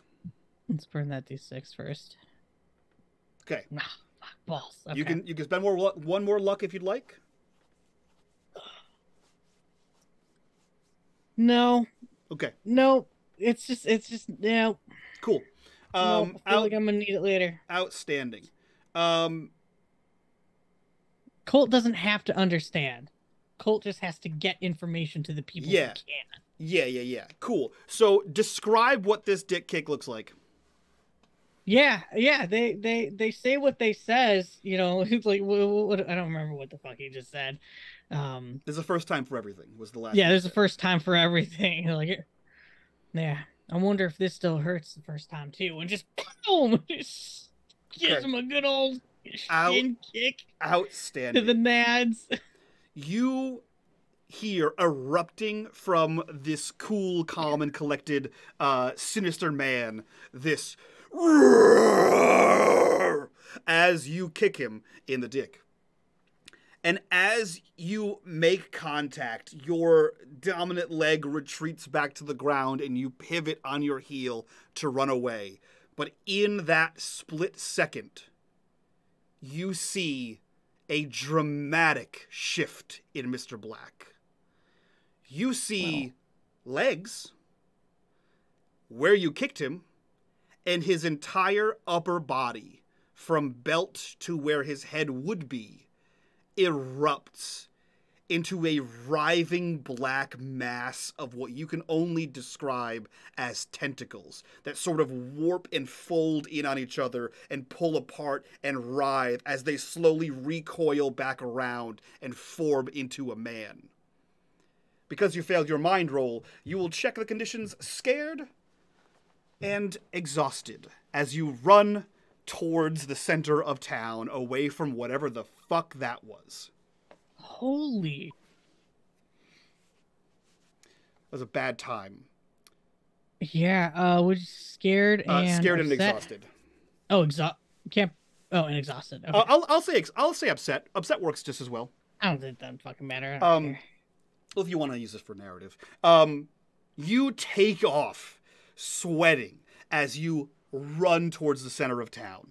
You have no idea what you just saw, no comprehension, no amount of being on the other side prepared you for that. You've never seen anything like it as you book it towards the center of town. Mac, you have reached the center of town, the eye of the storm. You can see this swirling mass of cumulonimbus clouds with a hole in the center, just like a donut. And through that, you can see stars, which doesn't make any sense. It's the middle of the day. It's only been a few hours, maybe, since Colt came back or disappeared, and that was around noon. Even in the winter, it's not dark that early. What are you doing in the center of town, Mac? Yeah, so that's definitely really weird. I'm gonna look for anything that looks abnormal aside from that, like on the ground, something I can reach. Abnormal how? Like just a piece of debris, a weird Like thing? something that's definitely not supposed to be here. I think Yeah. I think I'm mostly looking. Mac knows that a lot of the things that are going on are probably not going to be seen by normal people.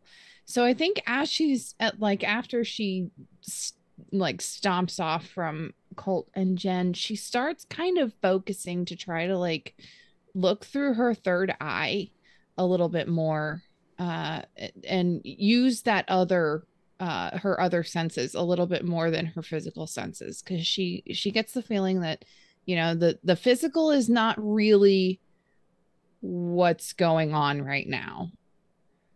Okay. Cool. What would you like to roll for that? I don't know. I think You've been having me roll comprehend for all that stuff. Yeah, let's do comprehend. Let's see, yeah.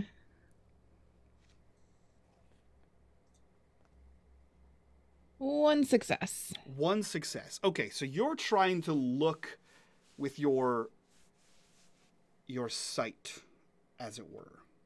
Yeah. Okay. Interesting. So you're in the center of town, and you begin looking around, trying to feel or intuit more than actually see what is around you. Like tuning into those vibrations, like you were talking about with the sonar, kind of dialing on that radio. Absolutely. Yeah, you do so. And you feel that same sort of hair-raising, sort of static in the air feeling as you open yourself up to whatever this is. You feel a similar feeling to what you felt in the in-between. That feeling of not being alone. It's slightly different in that it seems to be further away.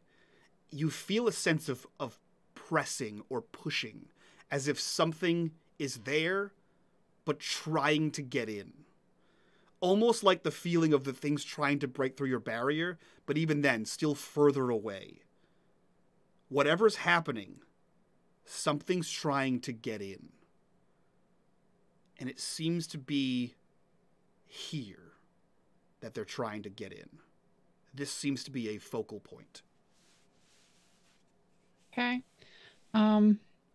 Then I'm going to look around to see if I can find any rocks that I feel like could right on the ground. Like if I start scraping them together, I'll actually see marks. Absolutely. Yeah, you can find a handful of rocks to do that. Yeah, I just need one. I'm gonna grab a rock and just find a good place, I guess, and not somewhere that I'm gonna get hit by a car or anything like that, and start drawing a pentagram on the ground around me. Cool. I'm going to cast a witch's circle to try to like give myself a circle of protection, while I see if I can like meditate into figuring out whatever it is that needs to happen here. Cool. You find some rocks. You notice that there's no cars around. All the shops have been closed in this area, and that feeling of rain is constant. You begin scraping this. So you grab a handful of these rocks. You toss. You don't have your backpack on you.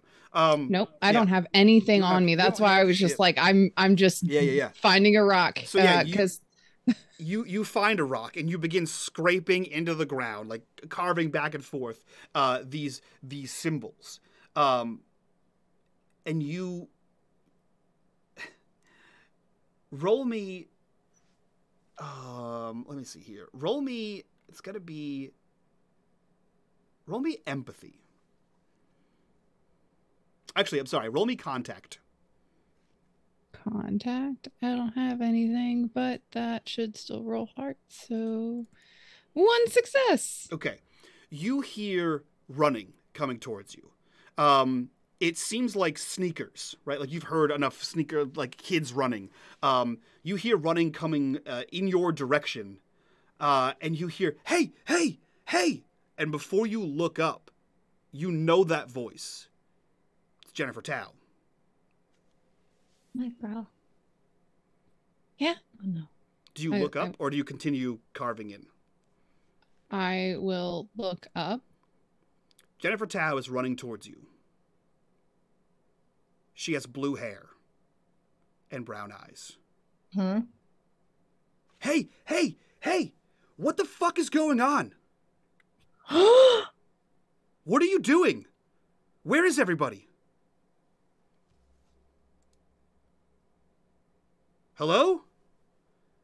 What's your name? Do you speak English? Jen?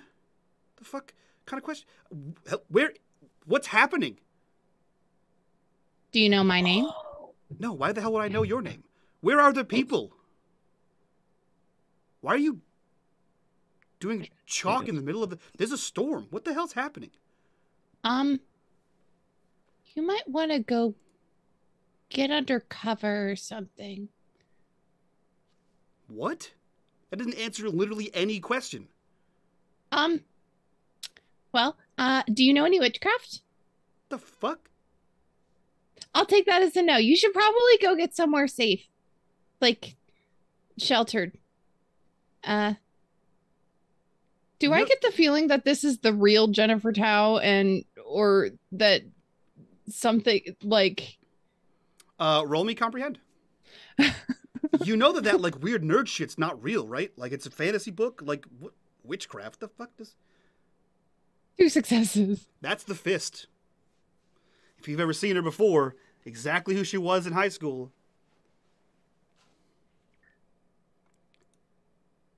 You know this isn't real, right? Like you're not an actual wizard. I beg to differ, but Jennifer, excuse me, ma'am,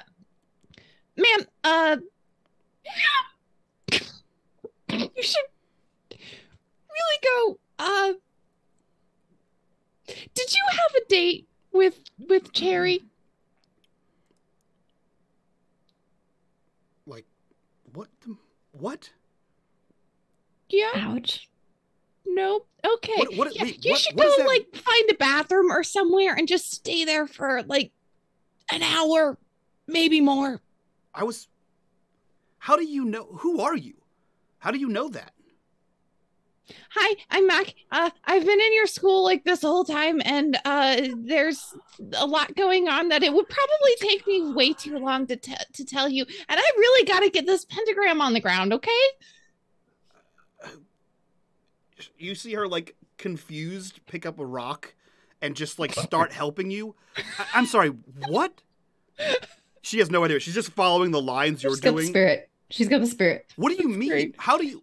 I will try as we're doing to just give a rundown. So the short story is that you were supposed to go on a date with my best friend Cherry. Well, she wasn't my best friend at the time, but now she is. But anyways, she was supposed to go on a date with you, and there's some weird shit happened, and then they broke into the loop and they saved you, but you look different, and now I'm questioning everything because you were just with me like 10 minutes ago, but you had white hair. What? Yeah. That's how I feel right now, seeing you actually, and I'm a little, I don't know why. Where'd you come from? I don't know. Just now. I don't know. I don't know.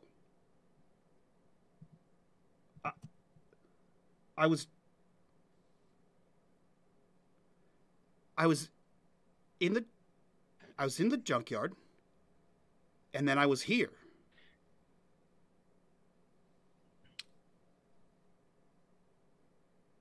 Why is it so cold out? It's November. What? Yeah, it's been a while. Time moves funny, and I'm still drawing. Yeah, she's still like retracing your lines and like trying to help. Yep.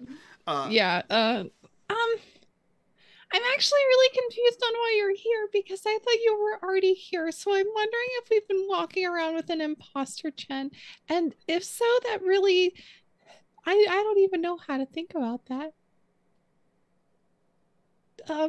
Who are you again? Hi, I'm Mac. Okay. Okay, and you're a wizard. Okay. All right. And she starts drawing the circle to help. Colt, you are the first to arrive as you are beating feet towards this, and you see Mac is like on hands and knees drawing a stone pentagram in the ground, and as you run up, that's Jennifer. You can see her for a lot longer than Mac could have seen her. Jennifer, blue hair. Mac. We're really I don't know what's happening, Colt. This is my friend. Wait, what? Okay, sorry, you just ran up, kid. Did you find anything out from Mr. Black? Yeah, we're in really big trouble. What does this mean? Okay. Did we grab Jen?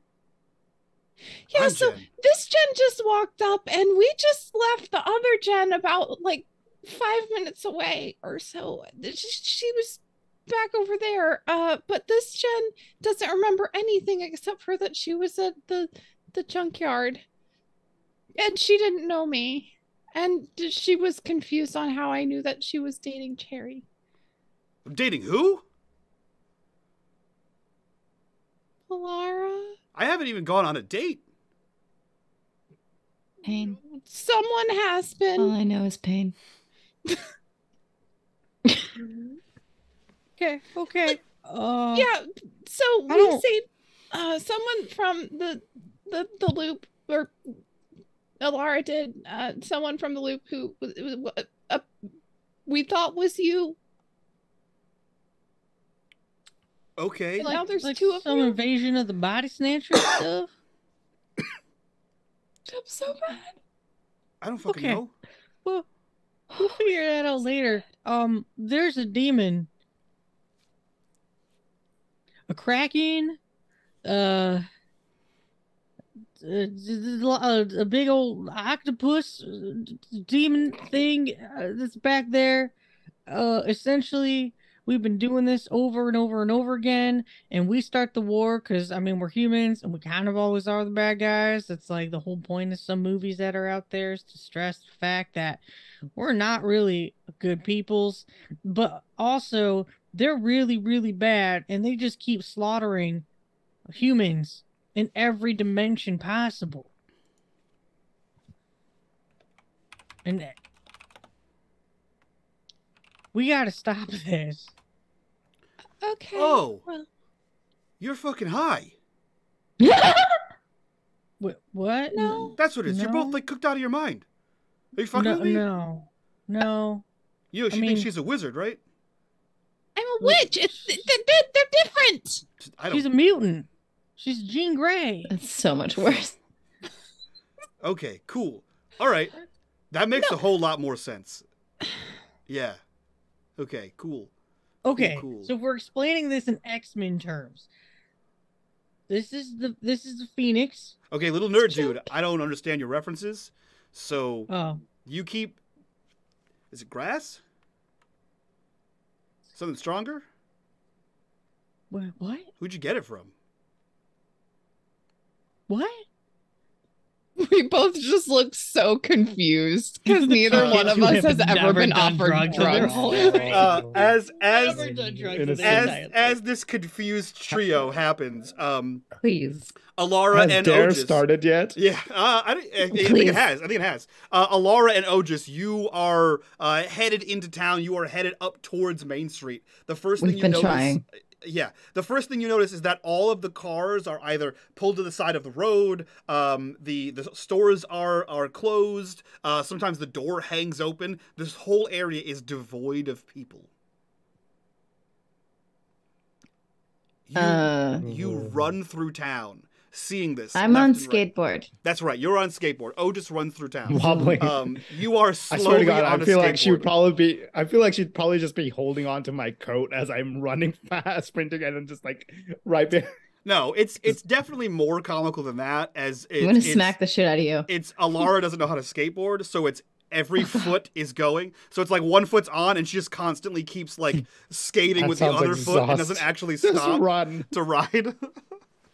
So that seems happening. more fitting. That's what's happening. So you can see, doors open, closed signs, cars pulled off. This whole area is devoid of people as you race down Main Street. You see no one, you hear no one, and then in the distance you see 3 people. One bent down, or 2 of them, bent down, like on their hands and knees, doing something on the ground, and one sort of gesticulating wildly. They look to be your friends. Otis, it's them. Gold! It's Gold! them. Guys! Oh my God! Oh God! Thank God! Oh God! And in the entire time as I'm running though, has the instrument been doing anything? The 2 instruments that he gave me. We have the walkie-talkie. sonar. Oh, one was a walkie-talkie. The other one was. I have the sonar. You have a walkie-talkie. You both have the sonar things. There's 2 we sonars do and have- one walkie-talkie, tight. and the map.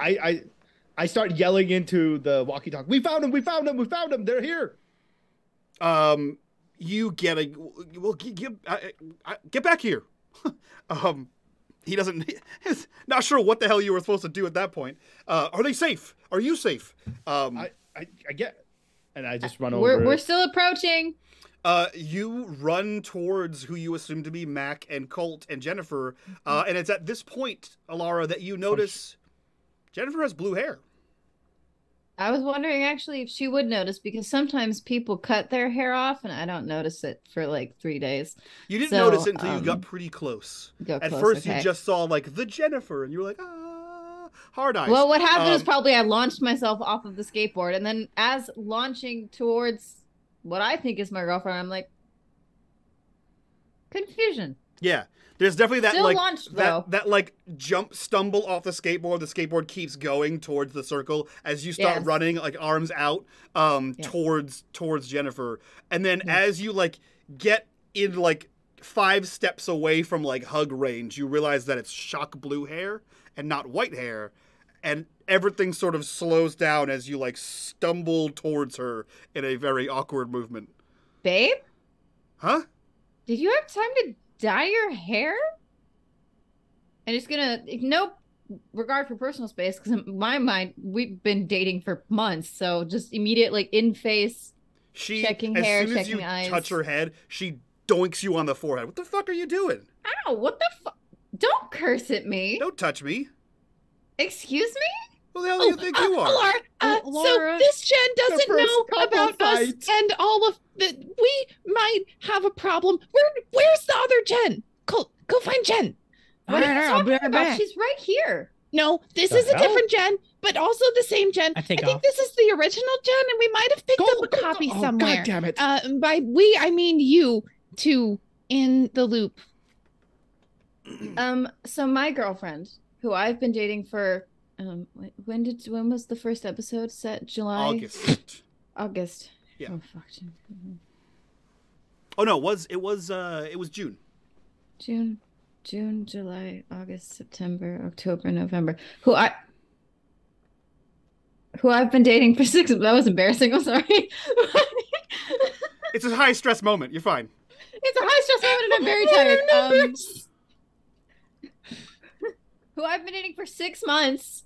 Well, in like 2 days, 6 months or something. I don't know. Who I've been dating for 6 months is maybe a clone. No. And you? We had a date, and that was with you. Yeah. What the hell is Oh God. But the other Jen, but my Jen, 2 fists. Shut up, Jet. Gross. But don't think about that. So The old 1-2. Jet, but my Jet, but she knew everything. But she said she'd been watching. She'd been stuck in that dimension. And I mean, can somebody split off? Can somebody shut up, Eris? I'm not looking at the chat. Can somebody just split off into like another person? But you're real, right? It's gonna poke the fist. I'm not scared of you. It's gonna like poke the fist again and be Of like, course "You're I'm real, real. though, And she right?" like smacks your hand out of the way. Okay, you need to stop smacking me. Stop if you poking would me. like there to. Where the hell have you been this entire time then? Yeah. I don't You're know. not Arjan. What? I don't know. Mind wiped? The weird wizard girl asked me the same question. I was at the junkyard, and then I was here. So no time has passed for you. No. That just happened to you. Yeah. Oh my god. It's like I'm speaking a different language. No, been it's 6 just months. It's been 6 months of I've been dating your clone. I know the guess. wizard told me all about it. So I don't understand. Can you please stop calling me a wizard? Yeah, I guess. her name is Mac. It took you a minute to catch. Well, it took other you a minute to catch on also, but you were properly motivated, God. so you caught on faster. I'm gonna go find Colt, and I run off. Okay. Yeah. Mac, can I help? Can I? Oh, I'm sorry. I used your skateboard. She's already sitting on it.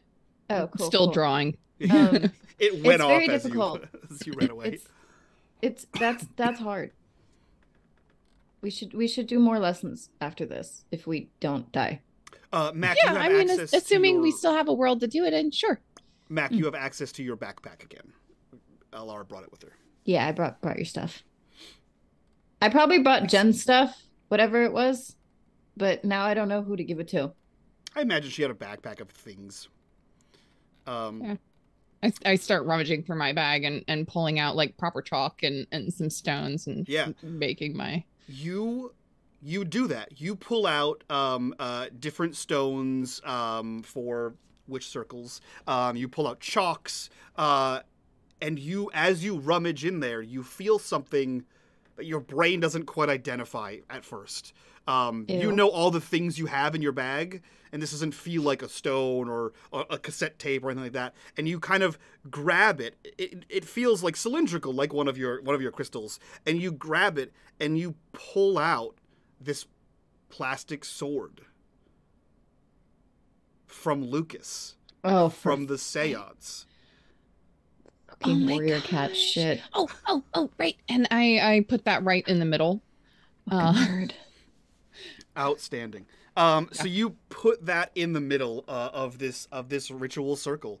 And we cut down the road as Colt is speeding. Otis is catching up behind him. Otis, you're in yelling distance if you'd like. As Colt is headed towards Component Video.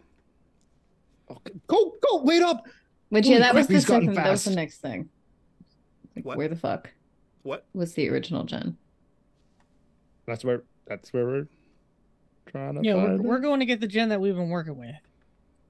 Well, to be fair, you're going to go to the gen that we've been looking for, and I'm catching up to you. I'm trying to get to you. So I'm just like, oh, he's gotten fast. And twerp. I just go. Colt, you can hear him behind you. Panting, Great. catching up. Catch up! Oh, We I'm got gonna my give it the gen! biggest noogie, and I just run around. Yeah, you eventually catch up. You are older and faster and a sportsman. So you eventually catch up to him. 6 packs. He does have a 6-pack. You know, war hardens you, man. Mostly your abs, apparently. So you you eventually catch up to Colt as you are running back down the road you came from towards Component Video. So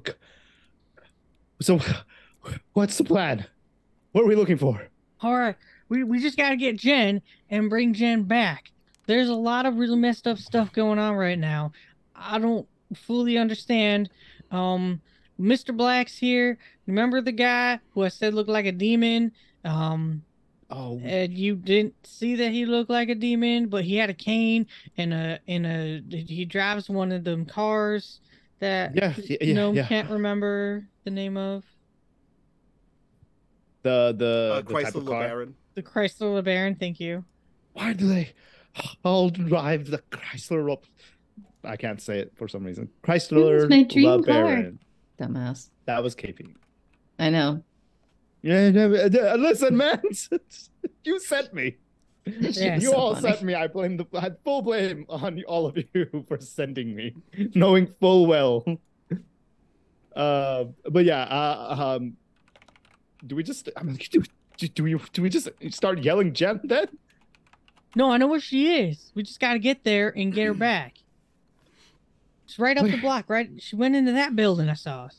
Yeah, the two of you, this conversation happens as you're moving, and eventually you skid to a sneakered halt outside of the component video. And you see the sign is flipped to close, all the lights are off, and you see, a couple rows of VHS tapes, a little counter, and a dumbwaiter behind the counter, and a small, like, TV with, like, the VCR that would be playing a movie.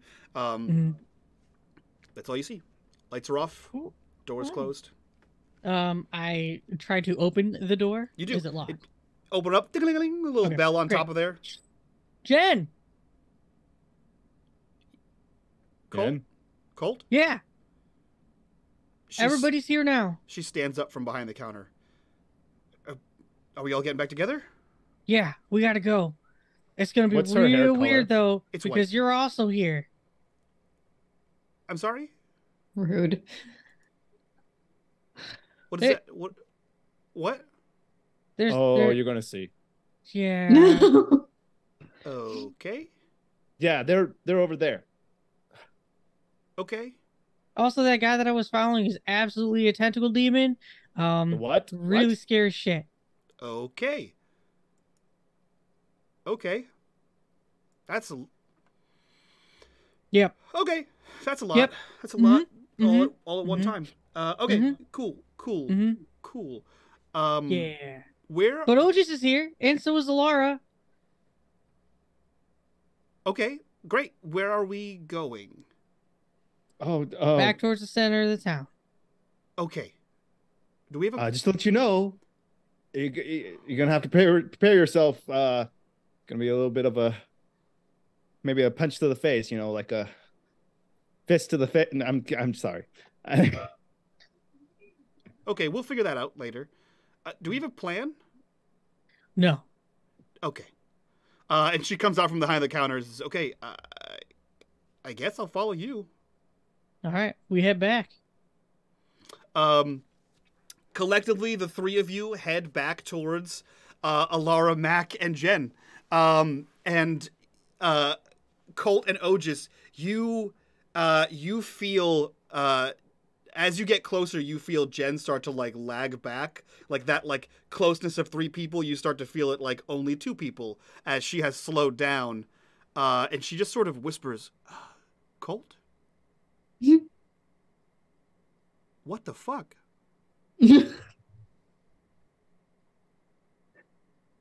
Have we caught up? There's another of you. Ta-da! So, fist? Meet the fist. Whew. It's that Spider-Man practice. meme where they're both pointing. Yeah. What the fuck? Okay, so Can we see her now? Yeah. She's slowed down, but like they're all still walking towards you. Okay, I rush to meet you guys and hug my tangible girlfriend. She puts an arm. She like. There's like a weird like hesitation, but she puts an arm around you, and then she like leans in and she goes, "What is happening?" I have no idea. Okay. But you're real, right? You're real. Yeah, I'm real. Is that me? She says so. And At everybody least- says so. But she said she was on her way to our date in the junkyard, and then she disappeared, and then she appeared here now. She didn't even know it was November or anything. She just disappeared when you disappeared and appeared here.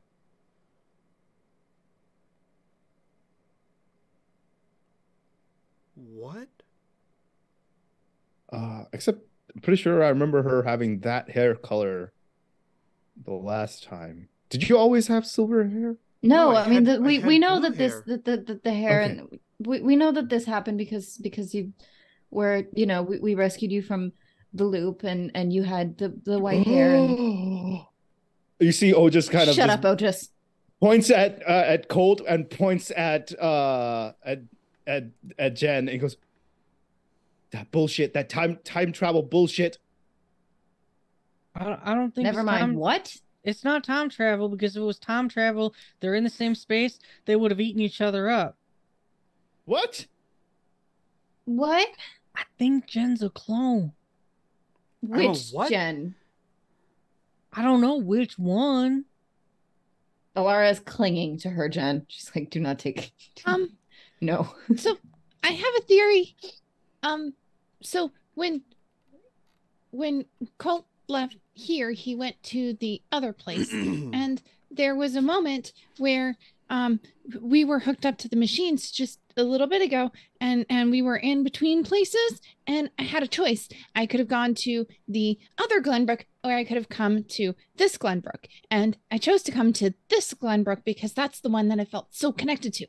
Okay, but because I also didn't know what the other Glenbrook would be like. There's only so much that Colt told me, and it didn't seem like there was another way that we could come back because of everything that happened when he was coming back the first time.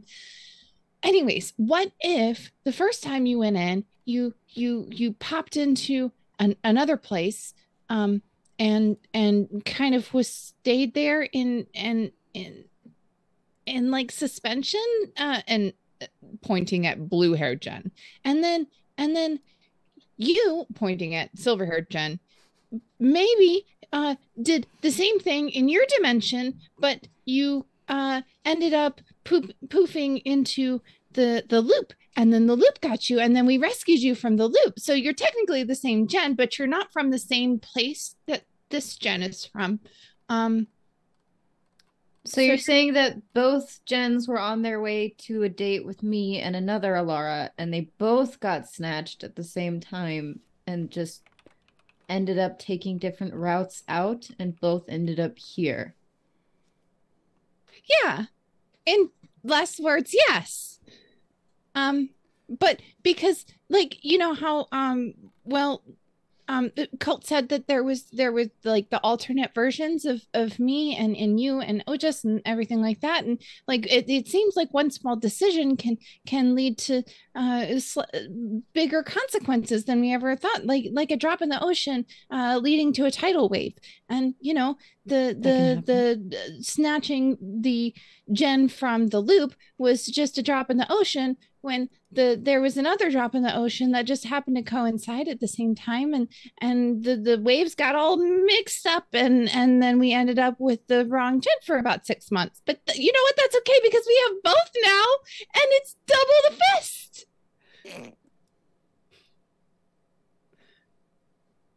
Oja's eyes have glazed over the entire time. He's just like all over.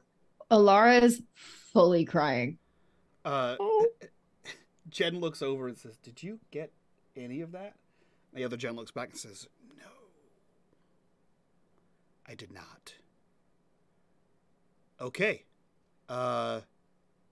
Okay. That was a lot of nerd shit, and I didn't understand most of it. So, what is happening? I guess is still my original question. What is going on? There's a demon. Okay. An interdimensional demon. Okay. Okay. Right. Yeah. And The Kraken one. yeah, the Kraken one. Okay. Wait, what? And your witch So- friend is... Her name is Mac. Yep. I'll get it. I kind of stop for a second. I look at that Jen. I say, "Look, you see another version of yourself, and you know that you're you. So can you at least admit that I might be partially right?" About being a witch? About some weird shit happening. Oh, I believe But that also, weird yes. shit's happening. Because this is weird. This is weird. This is weird. Yeah. I'm struggling with the witchcraft and the demon, but this is a lot. It's a lot all at once, you know? Like you can call the demon whatever you want. He's just an evil dude from another dimension. Maybe. Okay. What are we doing in the middle of the road? We're trying to stop it because we've been dealing with this crap for 6 months. Okay, that makes sense. Where are anyone? The adults, police, the army? They're back at the loop. They're working. We just came from there. We just and gestures at, herself and Jen, and who she's still one arm fully gripping into, not letting go. All of the adults in all of Glenbrook are in the loop. Well, no, the rest of them, you know what? I don't know. Okay. I don't know. I have no idea. Okay. Why don't you go find one? No, I think you should probably stay here until we figure out what that is. And we could use an extra pair of hands, and I'm not very physically strong, so extra set of muscles is probably not bad. 2 fists are better than 1. Shut. They're both gonna punch you. I was thinking about it. I know. I was thinking about it. Worth it. And I walk away. We'll start looking around, and I think the only thing he can do is he starts kind of waving that meter gadget thing in his hands. Has that beeped once at all? No. Okay. Just only because your character has gotten I think since you kissed Lucas in your dream, he just sucked out your brain. Roll That's me, the gay agenda for that real. is the gay agenda is taking smart brains. Laura's also gotten dumber. Roll me comprehend. Okay. Did you roll? No. Okay, let me try it again. Oh, there it is. 0 success. That's a 0. Okay, so Alara, roll me comprehend. No. Didn't I just tell you that Alara has become stupid? Yeah, well, when the two of you are together, you're Here we go. dumb squared. We really are. It's so There you sad. go. Alara, you see Ogis walking around waving this device as if looking for something, like a one of the sand, the metal detectors in the sand. He's just sort of waving it around. So And it's a sonar, right? It looks like that. It looks like a quarter circle on the screen. And it has lights on it, and they boop and they go up and down when it detects something. Okay. But you see him swiping back and forth. And you realize, as you stand there holding your girlfriend, the reason it hasn't beeped is probably because you're not near any rifts. Okay. And then you reach under your arm and you pull out the map and verify, nope, you're not near any rifts. You have a map that shows you where all of them are and where all of the thingies would beep. And you just see Ogis waving it around. Ogis. Like he's trying to get cell phone signal. Ogis. Yeah. We have a map, right? Yeah. You don't. So come back here. Then why the hell did he give us this then? What was But it? We have a map because when we already. approach the rifts on the map, that will confirm that that is still where the rift is, and if it's gotten any bigger. Touche. Yeah. He said it to you. He did. Listen, man, a lot of things happening here, right? Alara still has tears that are drying just from overwhelm and stuff. She's just wiping it away with the one free hand with the map. Oh The yeah, other one your the other one mascara is looking rough. It's a bad time. It's just looking up at Jen's like, did I get it? Jen's probably yeah. Yeah. Yeah, you nailed it. Looks totally fine. He's gonna switch to just holding hands with Jen, and she's just gonna have to deal with the potential PDA of it. So, okay. Okay, well, hey, we have a map. Just sharing now with everybody, so we're all up to speed. We have a map, and is gonna lay is gonna just don't knock over your glass. Is gonna lay it on the ground for everybody to look at of all of the rifts here. Now we have these, and it's gonna show the sonars. These will confirm the rifts. I don't know if you heard what I told Otis, but that's basically it. While I'm standing here with two, well, with a girlfriend and a clone girlfriend, a girlfriend's clone girlfriend's original. I don't know. I don't know how to close these. They didn't tell us that part. Well, why didn't they tell you that part? Well, we kind of freaked out when you disappeared. Understandably, I think. So technically they're working on closing the rifts. We were supposed to okay. Wait. We're supposed to bring you back. We're supposed to bring you back to the bunker. Yeah, yep. They're closing the rifts. Wait. And we're supposed to bring you back to the bunker. Wait. I'm gonna turn on my walkie-talkie. We have everyone. We have an extra gen. Please respond. Over. Mac, while all this is happening, all this confusion is happening, all these conversations are happening, you have drawn and assembled your witches' circle. What are you trying to do while your friends literally talk over you as you have assembled this thing? What are you trying to do? Mac is going to try to... I don't know. How exactly do you stop an Eldritch entity? The question of a lifetime, Harris. Big questions. Okay. So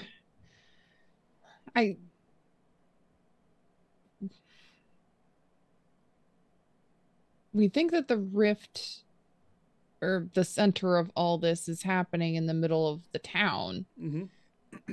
This is where it's coming from. So that means that there's got to be some sort of door or tether or something like that. Something that is keeping the bullseye on here.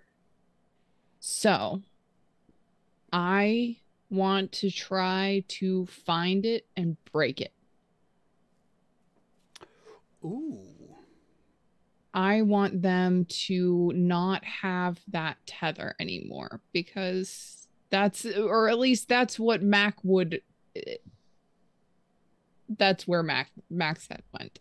Cool. Like there's got to be something that is beacon or something that's telling them, here's your target. I want to disable that. I want to break it somehow. Cool. Roll me an empathize. You get a bonus die for the Sword of Omens. Ooh. Actually, I'm sorry. You'll get a 2 bonus die. It's like an iconic item. All right, let's roll a d6. Nope. Okay. You have luck. You have pride. I have no luck. Okay. I used my last luck. Does your pride apply, or you can take an injury, or you can take a condition? You know what? I am going to take my pride and apply it here, because I am sitting on my skateboard in the middle of my witch's circle, surrounded by my friends, and me and my skateboard can do anything. Okay. Okay. Okay, so is that your pride? Me and my skateboard can do anything? Yeah. Outstanding. So Jesus. So look, it's better than a hockey stick go burr. Okay. It is better than that. So you sit in the middle of a runic pentagram. and you are sat, I imagine cross-legged, sort of rolling back and forth with like your hips on the skateboard, Sword of Omens in your lap as you sit in the center of this, and you start thinking about that connection, that bullseye, that tether, and your friends' voices become white noise. You begin concentrating on the feeling of the cracks in the road rolling underneath the wheels. You begin concentrating on that little seam of plastic where the two halves of the sword were pressed together. You can feel that thin line sort of pressing into your palm. You focus on the cold. You focus on everything that isn't your friends. And it's almost as if you drop back into the liminal space. Except everything sort of takes on a gray, almost haze, as you're halfway in between the in-between. You can see the expanding darkness in all directions, but it's not sharp, it's not in focus, it's not black. You can still see your friends, but they're a little ashed out almost. Like they're a little transparent. And you feel that calmness, that stillness. And you can see, not exactly where you are, but nearby, you see this white and purple line, almost thin, like a spider web. Like just a single strand of spider silk. You see this like purple almost tube and a white ball passes through it. Another one. And as you kind of slowly look around, you see more of them. More of them. More of these lines all connecting at a building right next to you. The library. All of the connections point towards the library.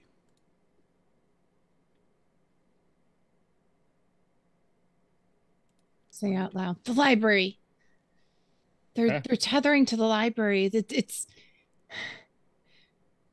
wow, it's like a spider web. None of you hear this. What? It's And I look around and my friends are not responding to me. They're still just talking over each other. And I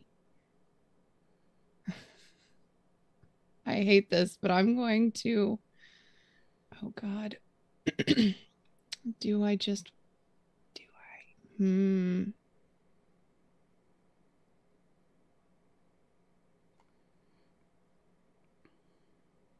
Brandy, evens or odds? Evens. I get up, Sword of Omens in one hand, skateboard in the other, and I walk into the library. Okay. You do. I'm so bad at calling things. You get up, skateboard in one hand, Sword of Omens in the other hand, and you head into the library. Does your body move? The first thing you notice, Mac, is that when you go to grab the door handle to enter the Black Plain Library, your hand passes right through it.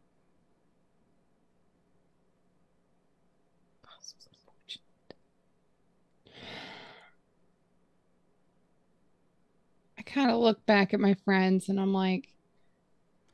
You look back at your friends and you see them still talking, surrounding you on a skateboard, holding the Sword of Omens. Is my non corporeal body also holding a Sword of Omens? It is. Okay, good. And I turn and I look at my friends and I say, I'm really sorry if I just fall over and you don't know what happens. And I walk through the doors into the library. Okay. You walk through the doors and you see all of these connections are all sort of at like a downward angle. And you start following these little bloop, bloop, white balls of light as they pass through this purple silk strand. It leads you beyond the semicircle librarian's desk. It leads you around towards where the community center is, and you see a door in the back of the community center, open, leading downstairs into the archives of the library. And though you can no longer see the strands, they all seem to have dipped below. You know that that's where they go. Is there anyone around me? Do I see anybody? There is no one here.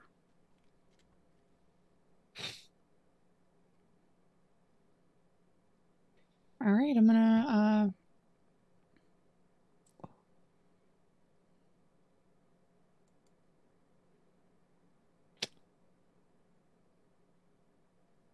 I don't even know if this is gonna work.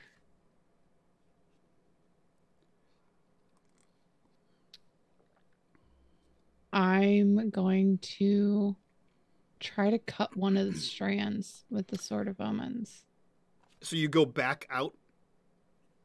So all the strands head at a downward angle, and at some point you see them pass into the floor. You can go back out to like the further area of the library and try to cut one, but where you are, you don't see any of them. Oh, okay. Yeah, so I'll go to where I see one, and I'm gonna see if I can cut it. Okay. Roll me a force. You need 2 successes. Do I get any bonuses for the thing? Yeah, you get 2 bonus die for the Sword of Omens. Sweet. 1 success. You need 2.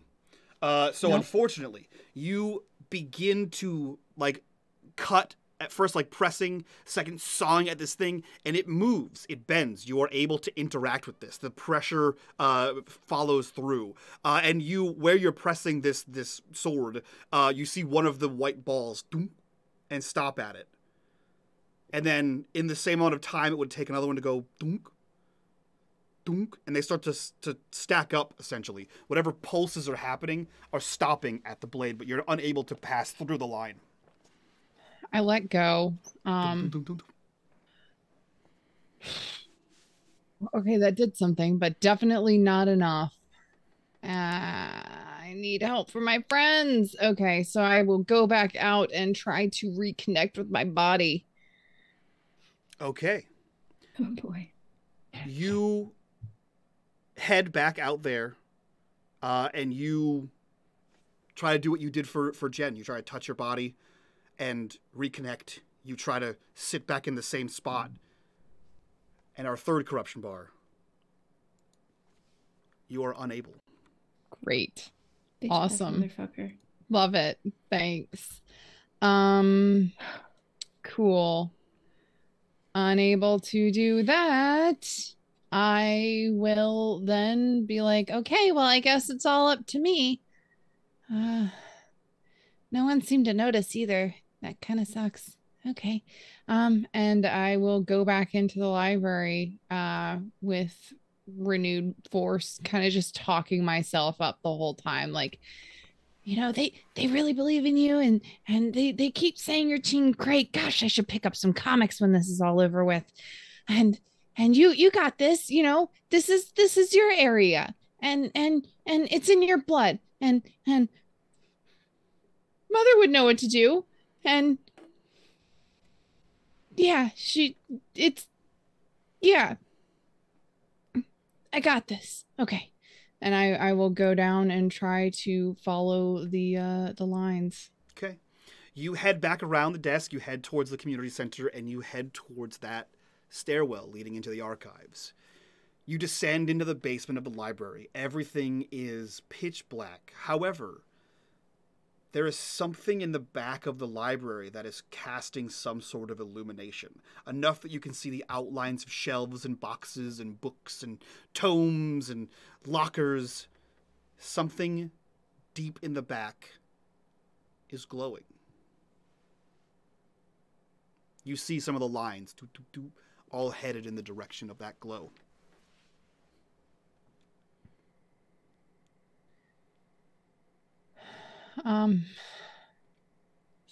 Still trying to put myself up, thinking of my mom and thinking of how much my friends believe in me. I'm going to take a deep breath and go towards the light, which sounds counterintuitive.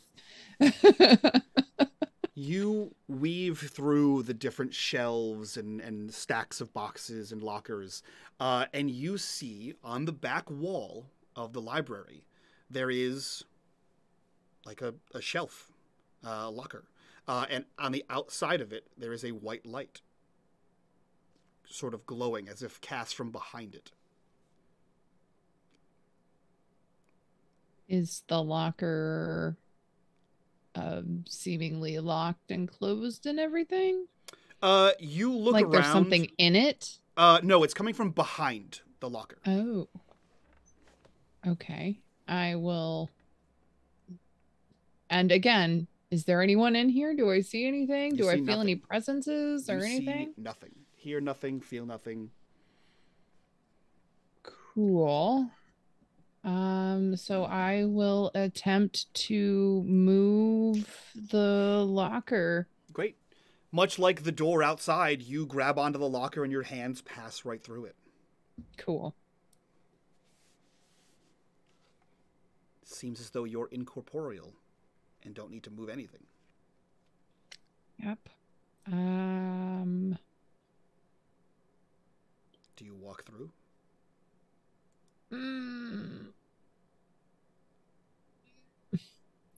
I don't see any way around it, so yep. You pass through and into a room. And all at once, it's like you're in a rock concert. There are so many voices. It is so loud. It is a cacophony of sound. And you feel hundreds, thousands, millions, people, something around you. You see none of it. You are in a room that is glowing.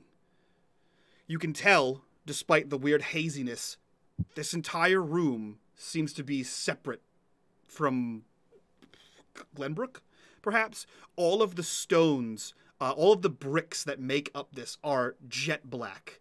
And you can see that on a bunch of them are symbols. None that you're super familiar with, but you can tell that they are ancient symbols or otherworldly or ritualistic or something. And then the mortar between all of these black bricks glows gold, and that is what was causing the light. There is nothing in here except for a symbol on the floor, which I don't remember what it looks like right off the top of my head. There's a symbol on the floor and a ornate table with a mirror, a vanity.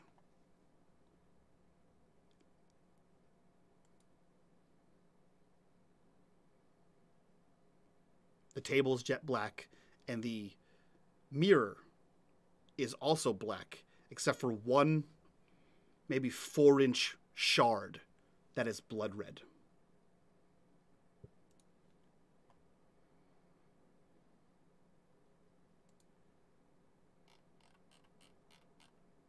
Okay.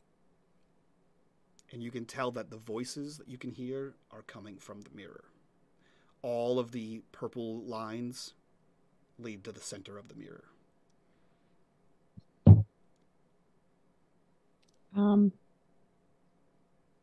Oh yeah, there we go. Thanks, chat. Roll me a comprehend with a bonus die.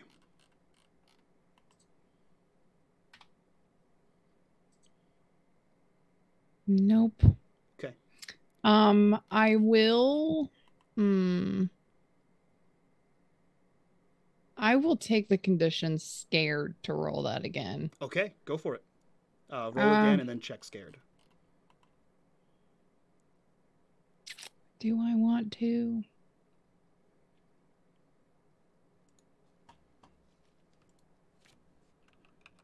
Yeah. Nope. Okay.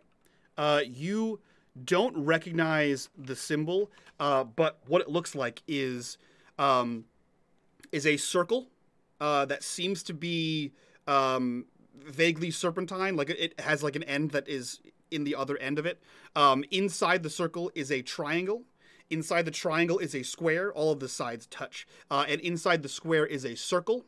And the circle has a dot in the middle with arrows pointing in every single direction. That's the symbol on the floor. You don't know what it means off the top of your head. Perhaps more research, but that's what it looks like. I do not have my bag with me in this incorporeal form. Nope. Correct. All right.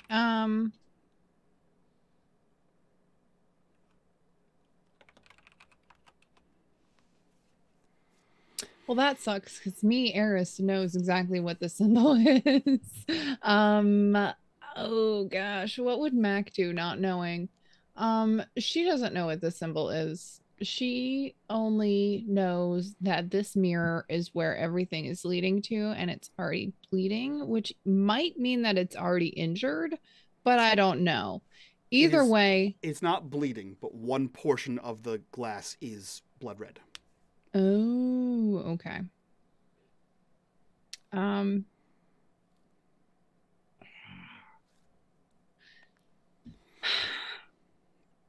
This is probably going to be a lot more than 7 years of bad luck, and I push the sword into the mirror. Okay.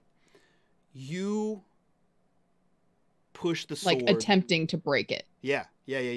You push the sword into the mirror. You can feel it slide in, as if this is a real blade sliding into something liquidy. There is force as you push this. There's some sort of resistance as you push this. And right before you're maybe 2 inches from the hilt, everything gets harder and everything slows. And you can hear the voices slow down as if something happened. This is not your doing, and you can sense that. And you feel a hand on your left shoulder. And you see this smoky, ghostly white-gray arm wrap around your right side, and a hand closes on the hilt over yours. And you feel a warmth, a sense of accomplishment, a sense of hope. And you hear, "Your mother. I'll take it from here."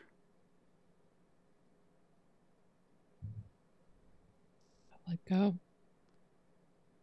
She grabs the hilt of this thing. She looks over at you, and she like brushes your hair back behind your head.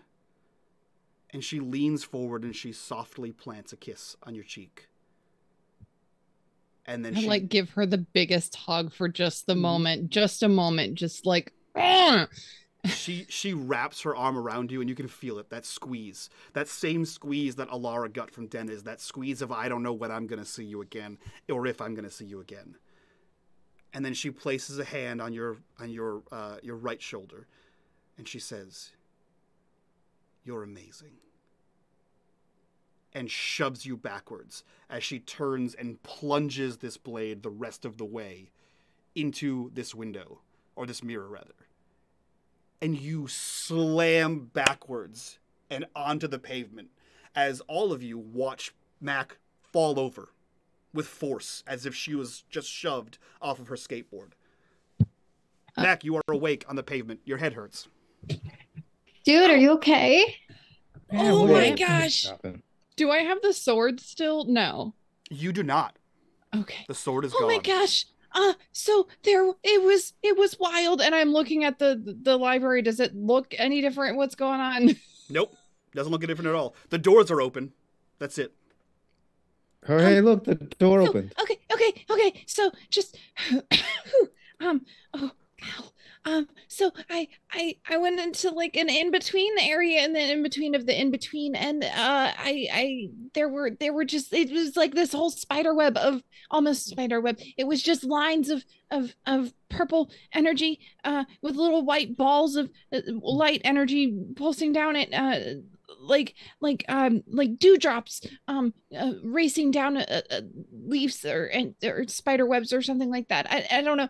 And oh my gosh. And so I went in and I followed it and I tried to cut it, but I couldn't cut it. And that's okay because I tried to come back out here and get into my body so I could get help from you guys, but I couldn't do that either. So I went down and followed it into the basement, and there was this weird symbol on the ground, and this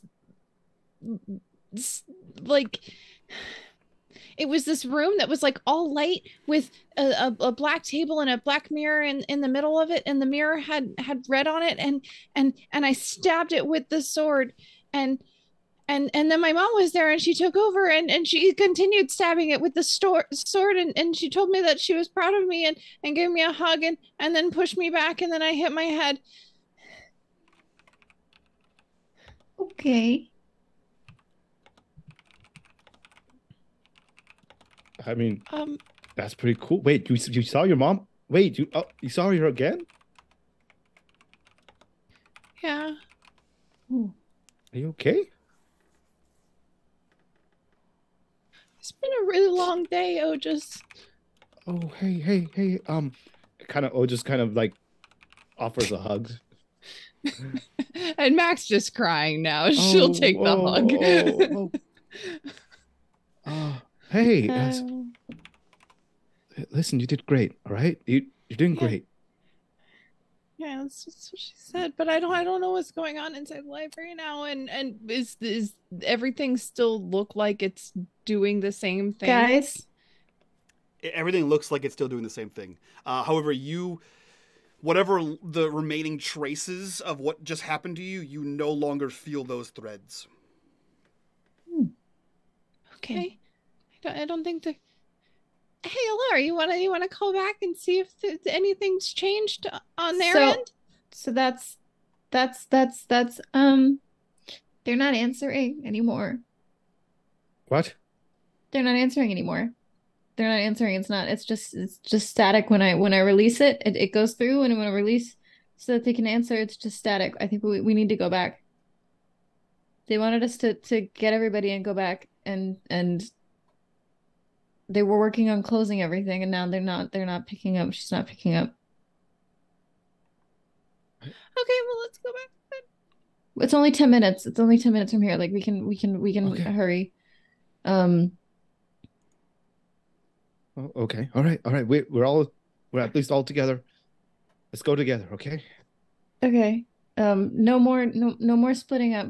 Okay, Yeah. if somebody and like looks at Mac and like gives her like with the free hand, like gives her a squeeze, it's like, I love you, but if you fucking leave me alone here in this dimension again without saying anything, I'm gonna smack you.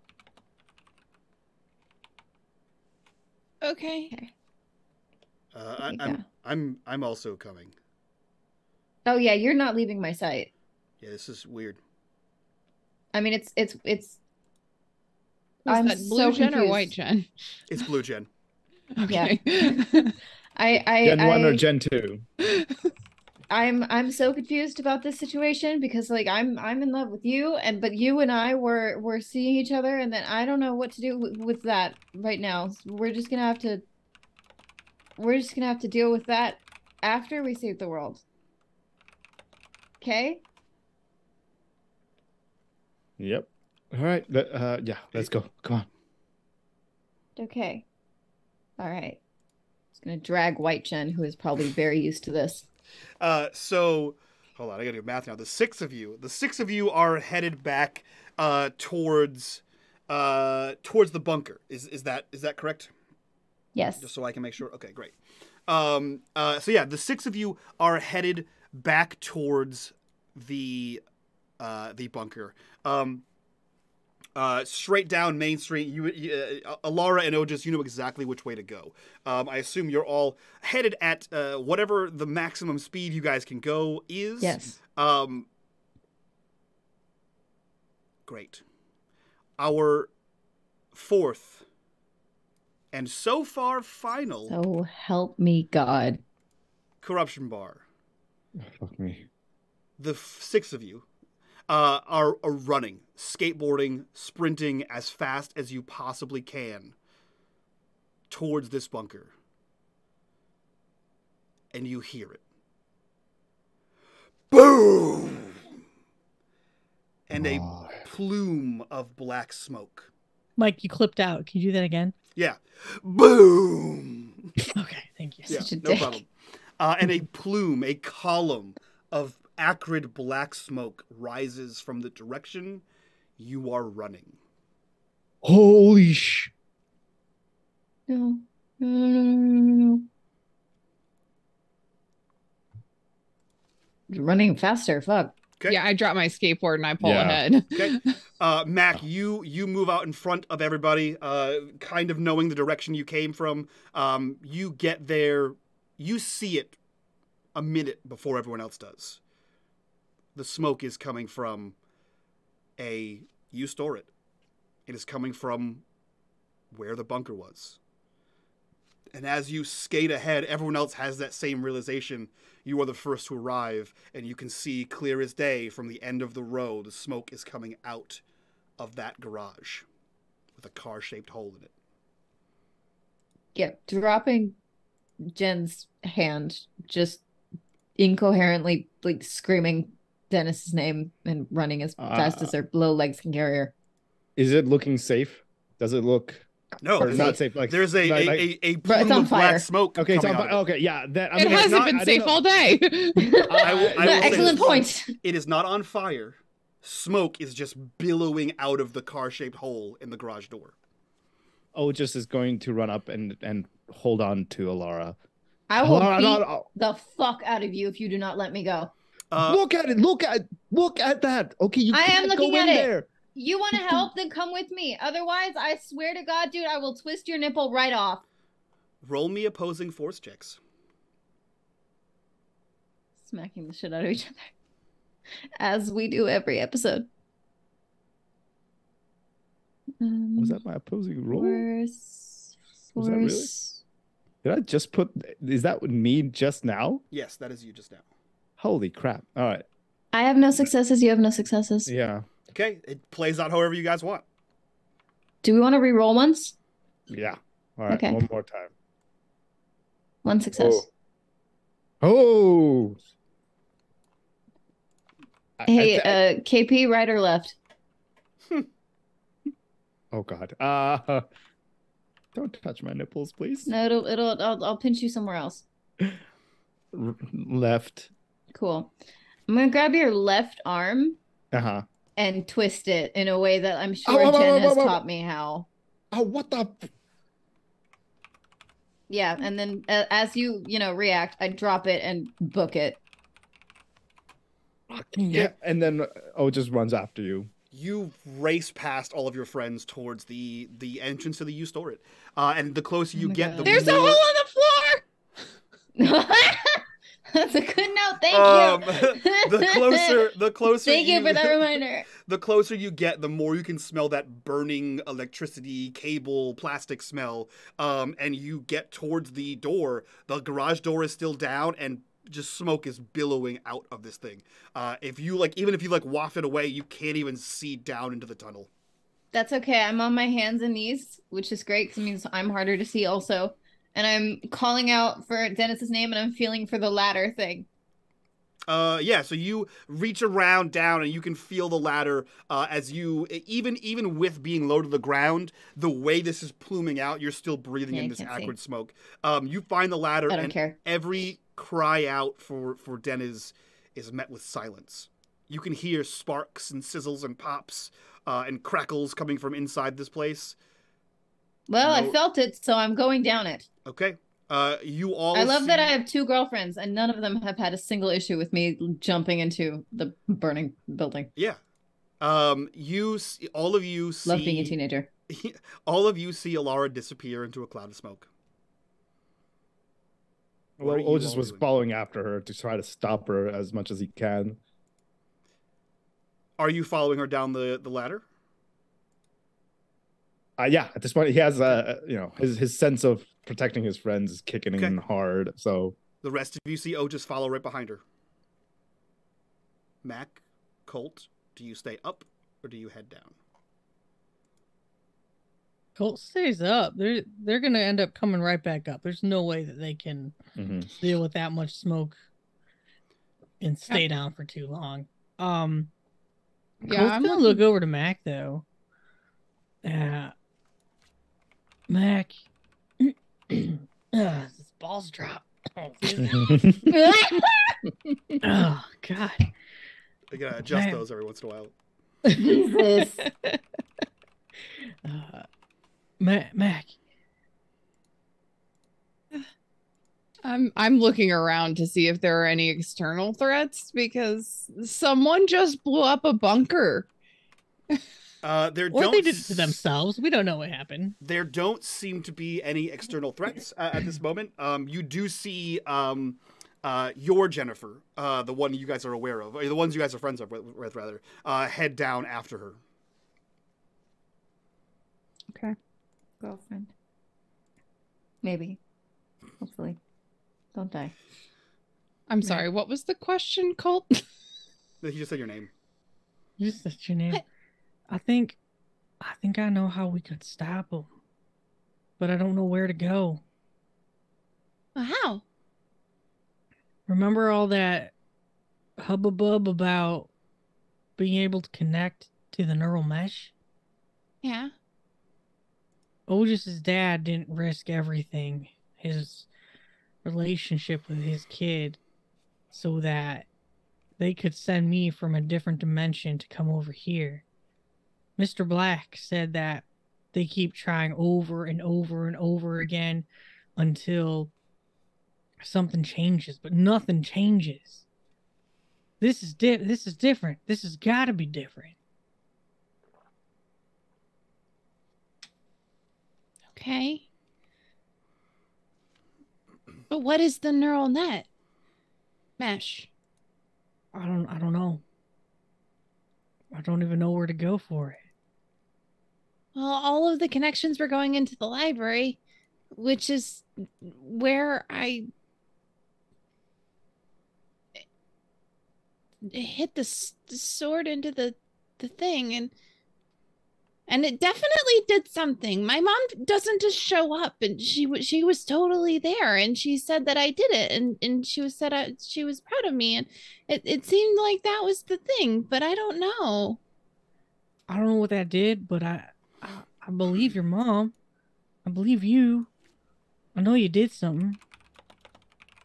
But I don't know what. I don't see any difference. I don't see no changes. Yeah.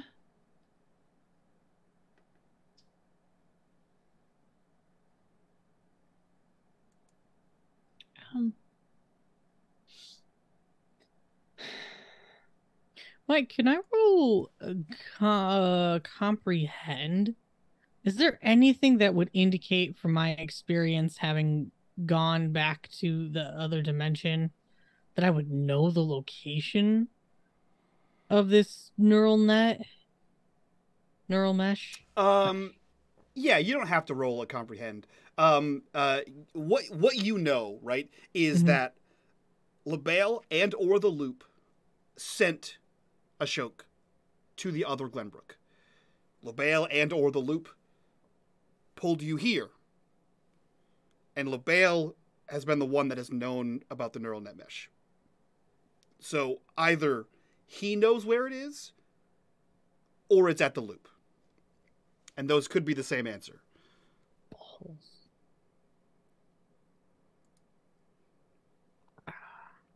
Guess we gotta just wait for Alara and Otis and hope that Mr. LaBelle and Dennis are okay. I don't know what to do, Mac. And we cut down into the hole. As Alara hits the ground first, followed by Otis, shortly followed by Jennifer. You are standing in acrid black smoke. You all have to kind of crawl on your hands and knees past the wreckage of the car, and you can see that the smoke is billowing out of the door frame of the secret bunker. Yeah. Coughing my absolute lungs out. I have my shirt up trying to cover my nose, and I'm still yelling out, Alara! Alara's not covering shit. Just pure panic, just screaming for Dennis's name, feeling around, moving as fast as possible. Does any of the smoke feel hot, or is it just smoke? It is just smoke. It's just smoke. That's weird. That's weird. You crawl on hands and knees through the smoke towards the doorway. You feel something wet. It's not warm or cold. It just seems to be room temperature, like the air. Can I see my hand if I hold it up this close? No, if you right? hold it up very close, you smell something weird. It's not placeable. It's not blood. It's not that coppery tinge of blood. And then as you sort of like get down low, even in the darkness, you can see that like glimmer of something wet and thick on your hand. And if it's not blood, the only thing else that was in this room that was wet was the black ichor. Ew. Ew. Ew. Ew. Dennis. Ew. Dennis. And I'm gonna try to crawl. You know when you put your arm like real far out as if like you can somehow jump the space without jumping? Just gonna jungle gymming it. Is there any part I can reach that is not wet, or is the wet everywhere? The wet is everywhere. Oh, the wet is everywhere. And grab the door frame. Your hand slips a little bit. You reach up and try to grab one of the devices that's on the wall, and you slip off of that as well. And as you cry out with Dennis, you hear from crawling inside. at the speed of light towards the choking sound, even though I am probably covered in shit. Okay. Otis, the experience is much the same for you. If you follow after her, you're covered in this black ichor. Jen is following up behind you, fairly close. And as you pass through the threshold of the door, you hear the... Holy shit, they're alive. And at this point, Otis is now more with Alara and just like trying to follow where the coughing is coming from. Okay. The three of you crawl, walk, slide through this area. You start to piece together a memory map of where things are. The computer bank, you find it, you sort of propel yourself along. You find the chunks of glass shards of the window that was there shattered, and the coughing comes from the room where your friends disappeared from. And you can see that the smoke comes from so many things. It comes from basically all of the electronic devices around here, the walls. Otis, as someone who's not intensely focused on a dying relative, please roll me investigate. Jesus, I do not have investigate, but let us see. Yeah, that's expected. Okay. Cool. You follow after Alara. Alara, you... Oh, can I try? Yes, try whatever you'd like to try. May I use... I mean, may I use my... I'm assuming because of the smoke, it's very dark. It is or very it's dark. hard to see. It's very hard to see. Both of those things. I would like to use my hockey stick to kind of slowly walk my way through and see if I can like tap on things to see if I can find things around me and kind of find my path through this a little better. Are you For a attempting second, to I argue thought your you were pride? going to part the fog with your stick. I was like... Start windmilling it. Are hockey you stick go actual burr. Are you attempting to use your pride here?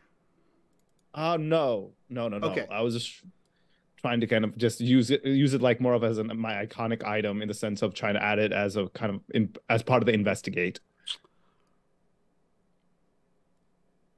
Because I'm investigating with my hockey stick. That is my... I love you so much. I'm trying to make that happen for you. Unfortunately, I'm going to say no for the investigation. However, okay, with the justification of your hockey stick, I will let you use your pride for an auto success. But that's only once. But that's only once, right? It's only once, and this is the finale.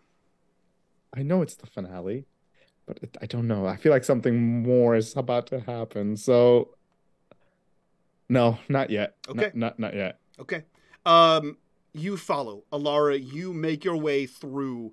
This black ichor is everywhere. You can hear it dripping off of things, and you make your way to the sound. and you feel a sneaker, a pant leg, a blouse. It's Dennis. I'm gonna try to feel where her face is and like wipe, grab my sleeve that's also coated in stuff and trying to twist it and find a clean thing to like kind of help wipe her face and pat her and stuff. Be like, I'm here. We're gonna get you out. I got him. What are you talking about? I got him good. What? Okay. What, who? You pat your aunt down, trying to like clean stuff off of her. At first you didn't notice it.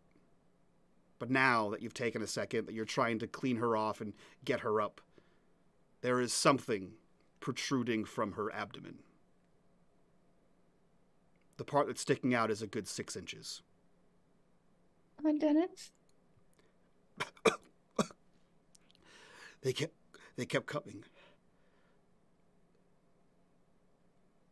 The black, the others, they kept coming. Aiden, he went to the loop. I hit the destruct. I blew everything. I got him good. You made me promise. So no. We're gonna get you upstairs. And Otis is gonna carry you because he's got the muscles for a reason, and you're gonna go to the hospital. You're gonna be okay. You're gonna be fine. Yeah. In my very limited knowledge of first aid as a former lifeguard, Okay. I don't know if they cover stab wounds. As a teenager, no, as in, I think that was one of the things that Otis did as a summer job. It was. Oh, absolutely. Is there? Is there anything at all I can at least to stemmy the wound? To kind of like learning to kind of just. I know when these type of situations happen, you're not supposed to pull out. You're supposed to keep put something pack around. I mean, the other question is also like, is she stabbed by a piece or is she stabbed by something attached to the rest of the building? It is a shard of metal from some device here. Everything you said is correct, Otis. You know that you shouldn't pull it out. However, you have nothing on you. It's in her abdomen, so you couldn't even make like a t-shirt tourniquet. And you can't see anything to find like a med kit here. There's gotta be something here. Does it look like she said? Does it look like it's attached to? No, it's a standalone piece of metal. Okay. Mike, can you DM me real quick the outcome you see for this? Yes. And then I know how to move this scene.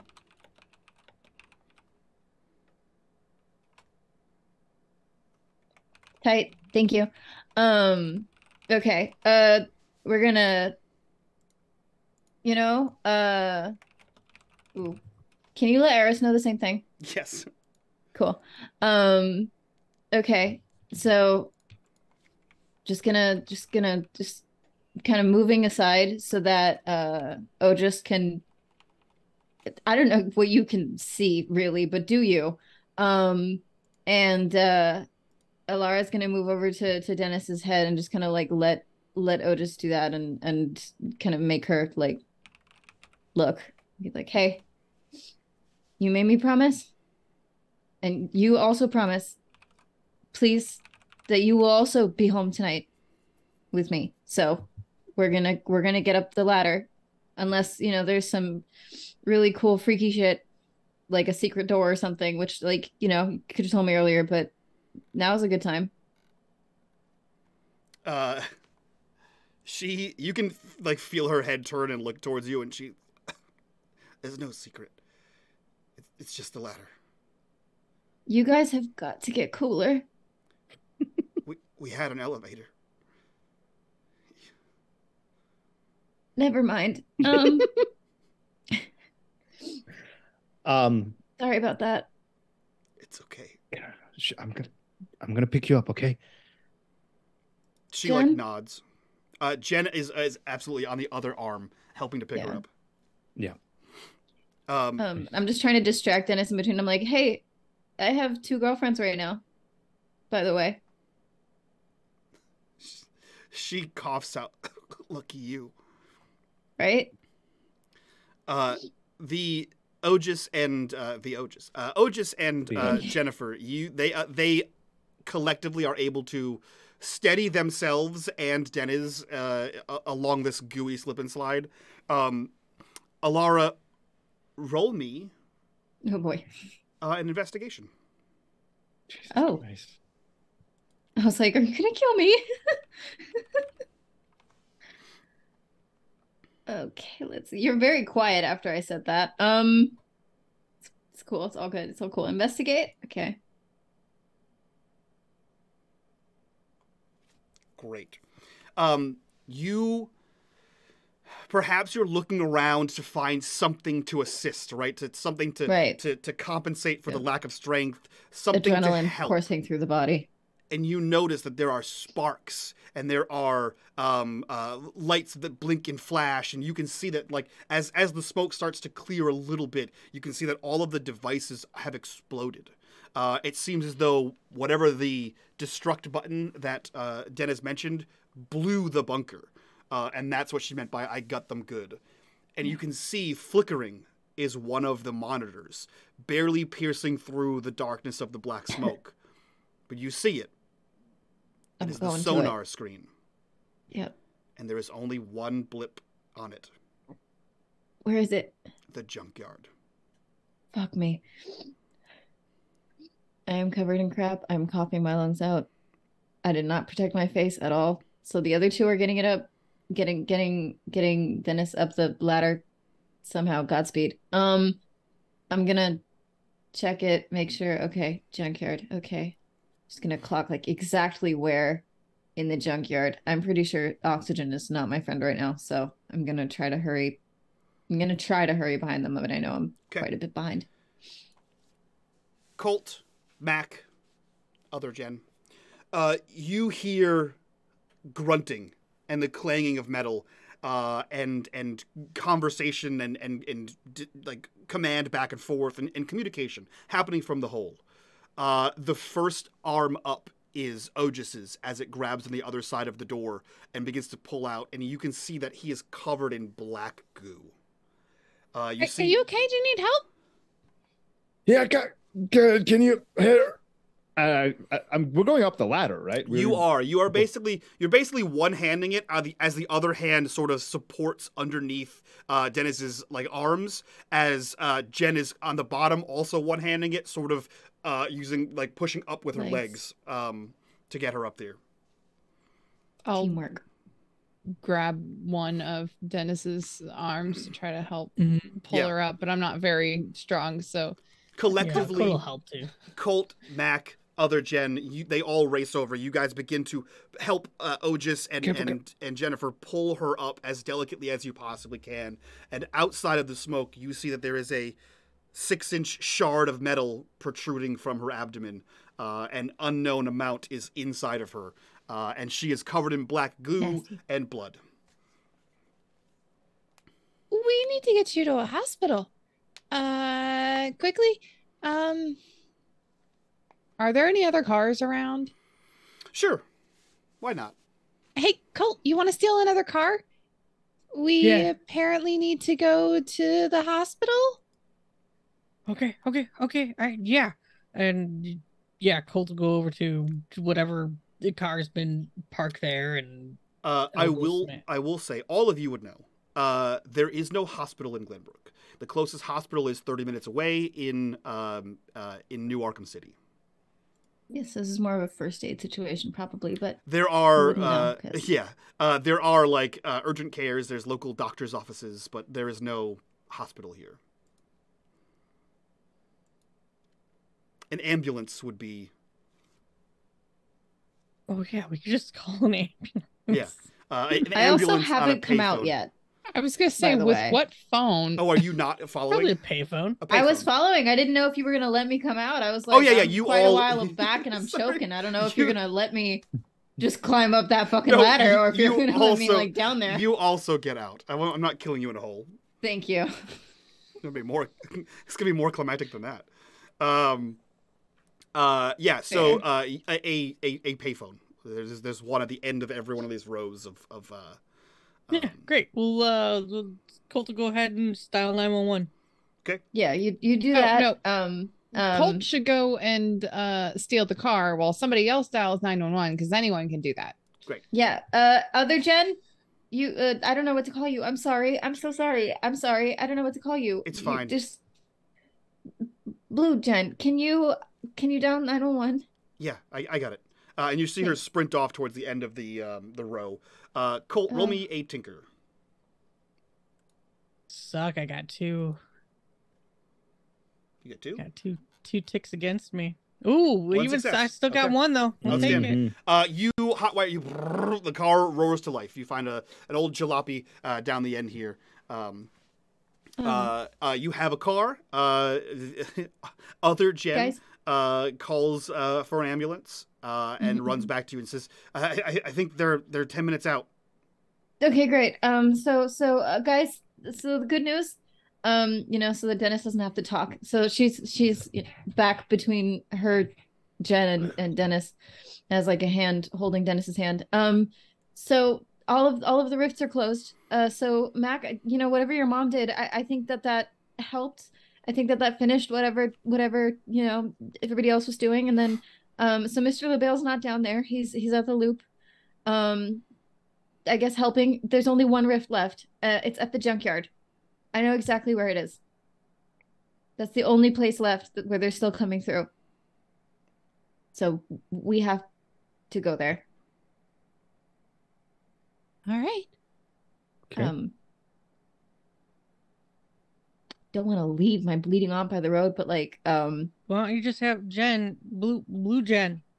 Can you stay? I don't know about. Yeah. I almost leaving feel like Jen both behind. Jens probably need to be with us. Yeah. I'll stay. It's fine. No, I know it's fine with you. It's not fine with me. Why? Because it's just, I don't think we should let either of them out of our sight. And God knows what could happen to them. They'll be fine. Someone's got to stay here with your aunt. And That is true. sorry, blue-haired Jen, but It's fine. I get it. she don't know nothing. At least she could be here to help your aunt. Yeah. Alara feels very torn because like the feelings she has for Jen don't like just they're that's the Jen. If that's real Jen, then that's the Jen that she was building a relationship with before everything happened. So she feels very guilty and weird. Well, Um, if nothing else, this area is safe. Yeah, We're going into danger. that's true. So you'd stay with her and go to the hospital or wherever they take her with her? Yeah, she needs. Yeah, I got it. Okay. I'm just gonna like lean down to like Dennis's ear and be like, please don't embarrass me. This is the one I didn't get to go on a date with. But also, this is the one I don't really know anymore. So like, I don't know. Be on your guard a little bit. I don't know if you can or not, but I don't know. She reaches up a gooey hand and sort Gross, of thank you. coughs. She coughs and sort of pats you on the back and says, "Just Disgusting. go save the world." Okay. Dennis gets a kiss on the forehead and a squeeze to the hand again. We're all covered in crap. You'll be home tonight, okay? Or home is in the hospital, doesn't matter. But tonight we'll be together again, and you'll be fine. Promise. I promise. Okay. So yeah, we gotta go. Let's go. We all jump in the car. You all Yeah. jump in the car. Colt, I'm guiding us. you know how to drive, and you know where the junkyard is. So you drive back towards the junkyard. Colt, despite despite Alara's sureness of where the final rift is, you know where the final rift is. It's where you left. It's where you came back from. So you get as close as humanly possible towards this area. Driving the car as far into the junkyard as you possibly can. And you hear, like, fighting happening in here. And as you drive past to a point where you can no longer drive, you see what looks to be the same stuff on Alara and Ogus. There's splashes and splotches of black ichor on the ground, on some of the piles, on some of the stacks of cars, scattered around as you make your way through the junkyard. Your car can no longer go. You'll have to go from here on foot, but you have an idea of where you're going. The 5 of you dismount. What are you doing? What is your plan? How are you approaching this final rift? All right. What do we got? What do we have? Everybody, inventory. Stick, skateboard. Colt, what's in your weird future bag? I got a dope future watch. Is it heavy? You died to make. No, it is not. I heavy. what? What? What did you say? What? Yeah, that Alara died to make. What did you say? You're so pretty. It's fine. Yeah, that probably would have worked. Would have worked. Would have worked. Yeah, he's wearing like a big ass. No, that part we got. Thank you. Yes. Yeah. Yeah, that's special. Yeah, that's focus on the that's watch part. I can't process that right now. Okay. Well, what does your big support. fancy watch do? Yeah. Well, I made that shield last time. Okay. Cool. Yeah, it does a whole bunch of stuff. Great. Cool. You're locked and loaded. You have your stick. You have a skateboard. I have like Pat's Gen. That is my weapon. I have you. Do be like that. Yep. Okay. So, you know what would have been smart? Would be to ask Dennis how to close a rift. That would have been smart. That would have been helpful, yes. Well, it's kind of all up in here, I think. No, but well, actually, you couldn't get back into your body. Remember? All up in there. So yeah, you can't go in there anymore. By the way, I don't think. I don't think you should. I mean, your mom was already worried last time, and this time you could barely get back into your body, and you couldn't get in without her help. So also, you had a sword. We don't have a sword. True. Well, I kind of used it to close all the rest of the rifts. You're welcome. Yeah. No. It's just I don't want to lose you, so I don't think that you should go into the space again to fight this. I think we should stick to this plane and hitting shit. I mean, it's worked before. Has it? Pretty sure it has. And I look at Colt. Are you okay to go in? Yeah, I mean, I'll go in. I'm not. We've been in. Yeah, but it seems like this is kind of like what you're destined to do. Oh God, no pressure though, kid. Well, no, not like that. Just, are you okay? I mean, but you've already been through. You've been So- through a lot already, so it's okay if you want to stick this one out. look, I can't just made it all this way. So many people are dead. We got to do whatever we can. Okay, well, we'll all come out of this together. Okay, promise. Yeah. You And two I are just awfully throw my quiet. arms around everyone and pull them in for a big group hug. Sounds good. Hug's good with me. Okay. Then I guess, let's go kick some weird tentacle butt. All right. Weird tentacle butt. Okay. So we're gonna go, yeah. You all head towards the rift. And another smaller, no smoke. A small explosion comes from the direction you're running towards. As you sprint around the various piles of debris, cars, engines, tires, etc., more and more of this black ichor covers things, as if there was some sort of battle fought here. And you see it. This sliver, this jagged lightning bolt sliced into reality. Purple pulses, yellow, red, orange, blue, static, lightning shoots off of this thing. It seems to be barely holding itself together as it tears into reality. And you see this goo coats the surrounding around it. And in front of it, covered in almost as much goo, is Charlie the robot. Fucking knew it. He is broken.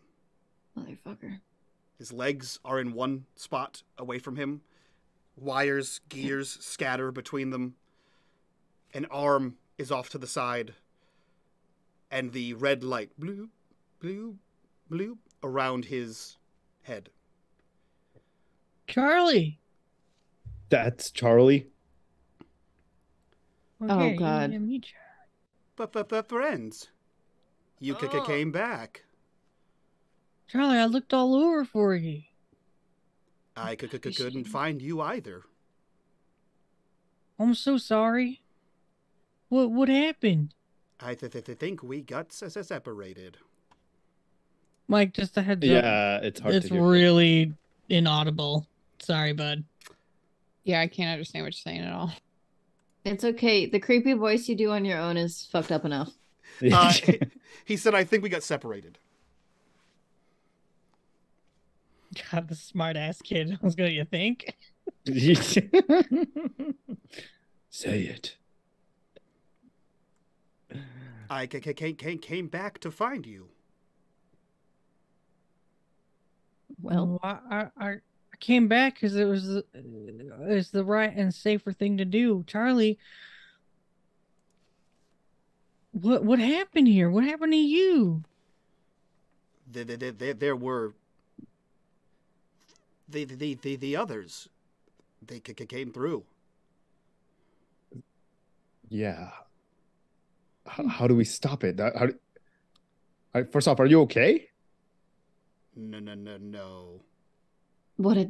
okay. I don't know. I mean, like, he's a robot. I have a question. Since we are at the junkyard and we are at an area with Charlie and with crap in it, Alara had an idea. Can I look around for some things like battery and cables and stuff to make stuff go boom? Yeah. You can find random things that you think will go boom if you connect them to pieces. If you connect enough things together, eventually it'll explode. Can I tinker? Yeah, roll me a tinker. I'm gonna tinker in the background while you guys talk to the creepy ass fucking robot. 2 successes. Great. Outstanding. Yeah, so you start finding and like a battery here, some copper wire, a bunch of random things around. Charlie responds, no, he's not okay. Meanwhile, Mac is looking for what Charlie is fighting. That's true. Charlie was obviously in the middle of a fight. What was he fighting and where did it go? Mm-hmm. Roll me That will be investigation. important information.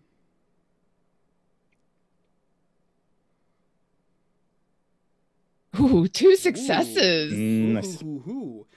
You see black footprints running off towards town, and you can tell with a second success, based on the spacing between each footprint, it was moving at great speed. Jesus Christ, fucking. Whatever it is going towards town. And I turn and I book it too.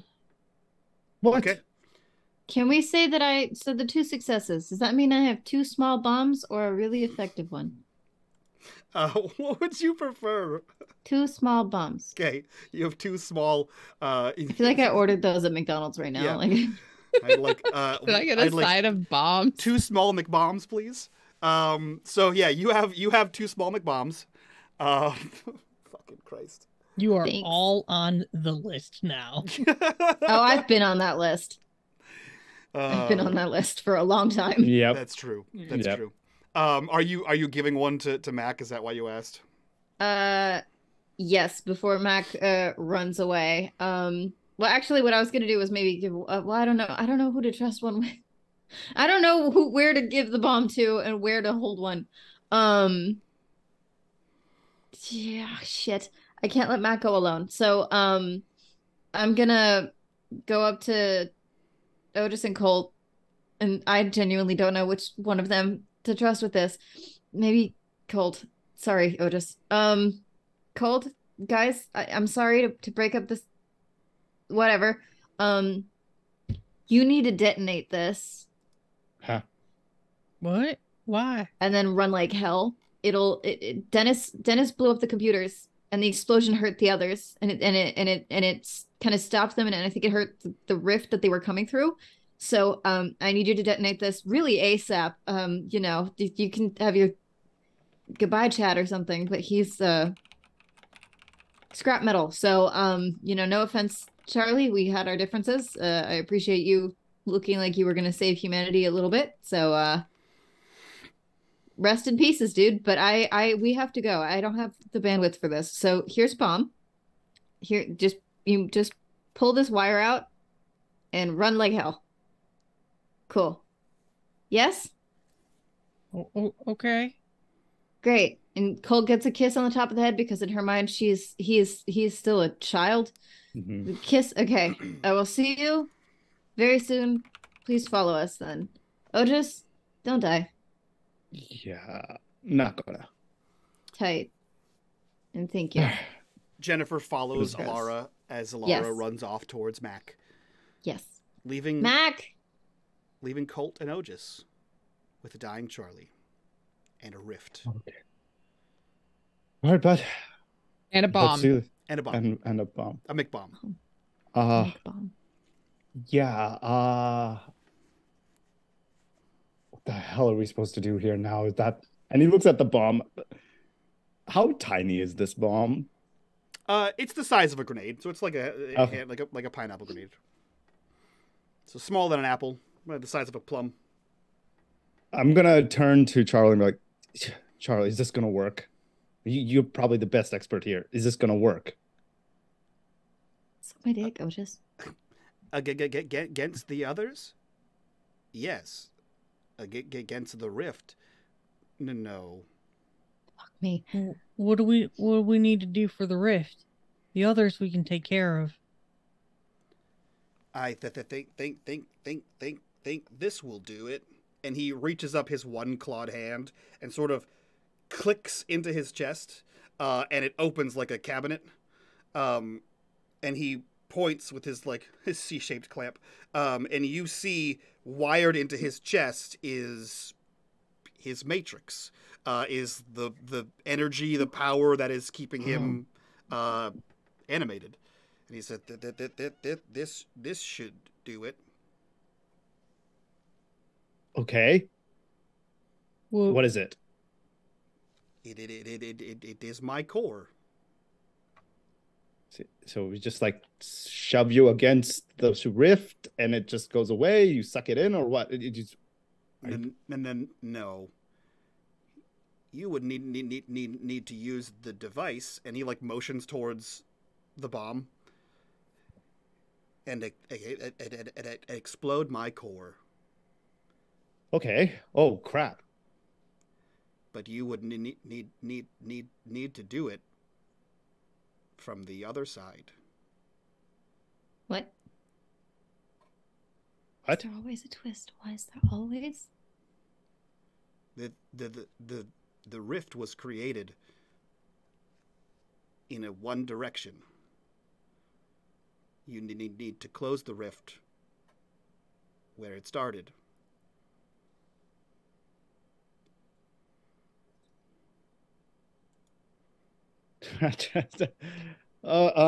Okay. So wait. Can we put you through would you be able to go through it? I don't know. I've never traveled through one. Okay. Weapons. I can just take him. No, you're not going through one again. No. We figured out how to come back. I'll come back again. No, and you're going to come back, what, 35, 50, when? 100? When are you going to come back? You already lost 4 years of your life. You're not going. I'm not letting you. Someone's got to get the robot on the inside. Okay. All right. Well, I mean, it just sounds like you just need to go on the other side. It's timed, right? We have a timed thing. You pull the thing and it's timed. I'll take it in and I'll walk back out. I don't know how this works. Alara made a bomb. Sure fucking did. I didn't even know she knew how to do that. Yeah. You know, Neither did she. You know, it was in Dennis's notebook. Sometimes, you know, sometimes we, you know, certain neurons fire off and things happen, man. I don't know. You're the science kid. Okay. So easy peasy. Sounds easy to me. I'll take him across. I'll pull the trigger. And I come through. Not a problem. Throw him. We could try throwing him in there. Let's do that. Let's try that. That sounds like a smart first step. My automated defense systems will disable the bomb. You need Son to of a remove my bitch. core. Okay. All right. So it sounds like I take him through. Pull the core out, turn this bomb on, and I come back. Not a problem. Not a big thing. We have time. Oh, just what happens if you get stuck in there? I'm not going to get stuck. You I'm not don't gonna get know stuck. that. Dude. If I went back there, I could find your dad again. This is not up for a discussion. You've already gone through enough. Okay? Nothing's going to happen to me. Nothing's going to happen to us. Just wait for me here, all right? Just wait. It's all good. All right? I promise. All right, how about this? I hand over the hockey stick to Colt. And I tell him, you hang on to this, okay? You hang on to that, and you give it back to me when I come back. And if any of those others come through, you smack them. All Okay. right? Works for me. Worked for me every time. Mm-hmm. All right. Cool. All right. I'll see you in 5. Yeah? All right. Okay. Woo! What, Roboman, what do I do? Pick you up? Just pick you up? You just need my core. Okay. All right. How do I do that? Do I pull it out? He reaches into his chest and undoes a clamp, undoes another clamp, undoes another clamp, and undoes the final clamp. And the eye is like zoop and stops on you. And he says, one moment, please. Okay. All right. And it rotates towards Colt. And it says, you were my best friend. We hear you. That's great. But God damn it, Mike. This has been the greatest adventure. Dear God, dude, why do you... And it spins back to Otis and says, you can take it. Am I the dick here? I'm the dick here, right? And I turned to Colt. I'm like, am I the dick? I feel like a dick. Just do it, Otis. Oh, God. Like tears down his face. Oh, God. I go home and I'm like, for what it's worth, Thanks, you seem Charlie. really cool. And I gingerly take out the core. Yep. You pull out the core and you see the gears and lights inside of him start to like power down. And the last thing you hear is goodbye, friend. And he is powered off. Oh God, I'm a dick. Oh God, I'm a dick. Oh dear God, I'm a dick. And you just see him he starts walking towards the rift and he's gonna stop. And he's gonna turn to Colt and he goes, listen, man, do you want to say, I don't know. You know what? I'll see you at dinner. I'm gonna turn around. And they're like, wait, oh crap. And then I grab the grenade out of his hand and put it on. I'm like, probably need that. Yeah, I'll see you soon. I'll see you. Tell mom to make spaghetti. I don't know. Naan. And then I'm going to see you in 2 seconds. You're going to go in there. You're going to set it down. You're going to set off the bomb. And you're going to come right back. Yep. That's it. That's all you're going to do. Yep. Yep. Then we can go have spaghetti. Don't really like spaghetti. I was thinking naan. Either. I can't think right now. I was thinking naan. All right. And I gingerly put like on my foot. Oh, actually, you know what? I'm gonna start putting the core through first. Okay. You do. All it right. Feels like you're this is gross. It feels like you're pulling through like a skein. So like if you ever leave like pudding out or something like that and it develops that like skin on top, it feels like you're pushing through that. As you put the core through first, your other arm through, leg, torso. Okay. As you slide through this skin of reality. Mm-hmm. Yeah, I get through the other side, or I put my whole body through. Where am I at, Mike? You stand in a junkyard. It looks very similar to the one you were in. Did it work? Did it work? Colt? You don't see Colt. You don't see anyone around you. It seems as though there was a battle fought here. There's explosion. There's the black marks of gunpowder. There's craters from grenades and things like that. Holy shit. But you see no one else around you. Okay. Oh shit. Okay. All right. 2 seconds. I put it down and I look at the grenade. I will pull at the grenade. Great. All right. The rift sparks, the lightning arcs from it. You see it like ripple and wave. And all at once, Colt, you see it zoop out of existence. Otis said be back in 5. You count 1, 2, 3, 4, 5. Maybe he meant 5 minutes. You wait. 5 minutes pass. There is no rift. There is no Otis.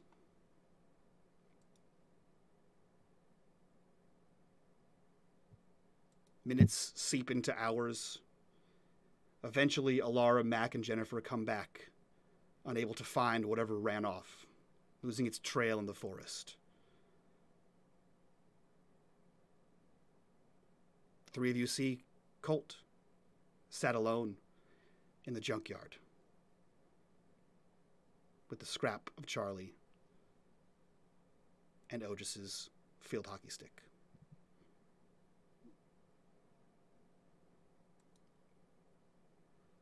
Several months goes by. Deniz recovers in the hospital. All of you have gone to see her. Mr. LaBelle has made several stops to the Trivedi home. Things normalize there. It's almost as if she doesn't remember having 2 children. It's almost as if she doesn't remember Colt being 11. Things are changed in Glenbrook. Deniz doesn't talk about what happened. LaBelle acts like a stranger. And as the months go on, things start to normalize. With no sign of any of the others. with the world saved for now, that is where we end this episode of Glenbrook Unhallowed.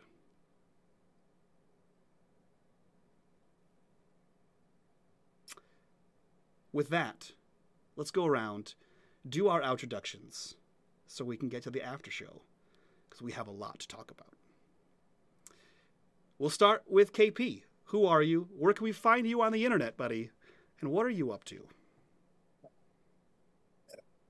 You can find me here with my lovely friends right after this after show. No. I am KP. No? Who are you? Where can we find you? And what are you up to? So, I'm Gnome. I'm everywhere as nomadic. Eris? Look, I know you guys, you're trying to be nice, but I have to do a capitalism because I'm fucking broke. Hi, I'm Eris Savad, and I make things like this cool ass your hat shit. I'm wearing. That is a beautiful ass hat. It is. It's Sorry. the best hat. Later on, probably tomorrow, you will be able to find in my shop a new product entirely, a sticker pack, for representing Glenbrook Unhallowed.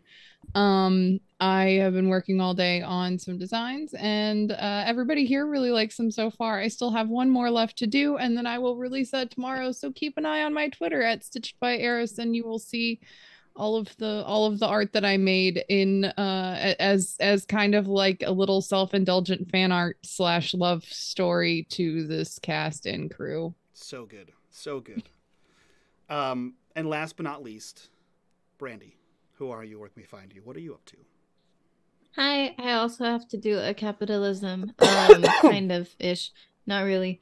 Mostly I have to remind everyone, hi, hello, I'm Brandy. I make things, I do things, I'm a producer. And as you guys have followed the show, you've noticed my background change several times, and it's because I'm trying to get housing.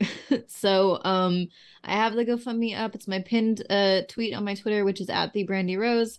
And it's the last bit of crunch time right now for that, because I have 20 days to get out of here, and then I have to be out of here, and I need to secure housing. So we're right in the final stretch of the last things I budgeted for. So if you can give, great. If you can share it, also tight. If you can send me a good vibe, I'll appreciate that too. Fuck, I need it. So if you want to hire me, all of my info is also like on my Twitter. You can find all my projects and all my shit. I basically live there. Okay, thanks. Yes, that's me.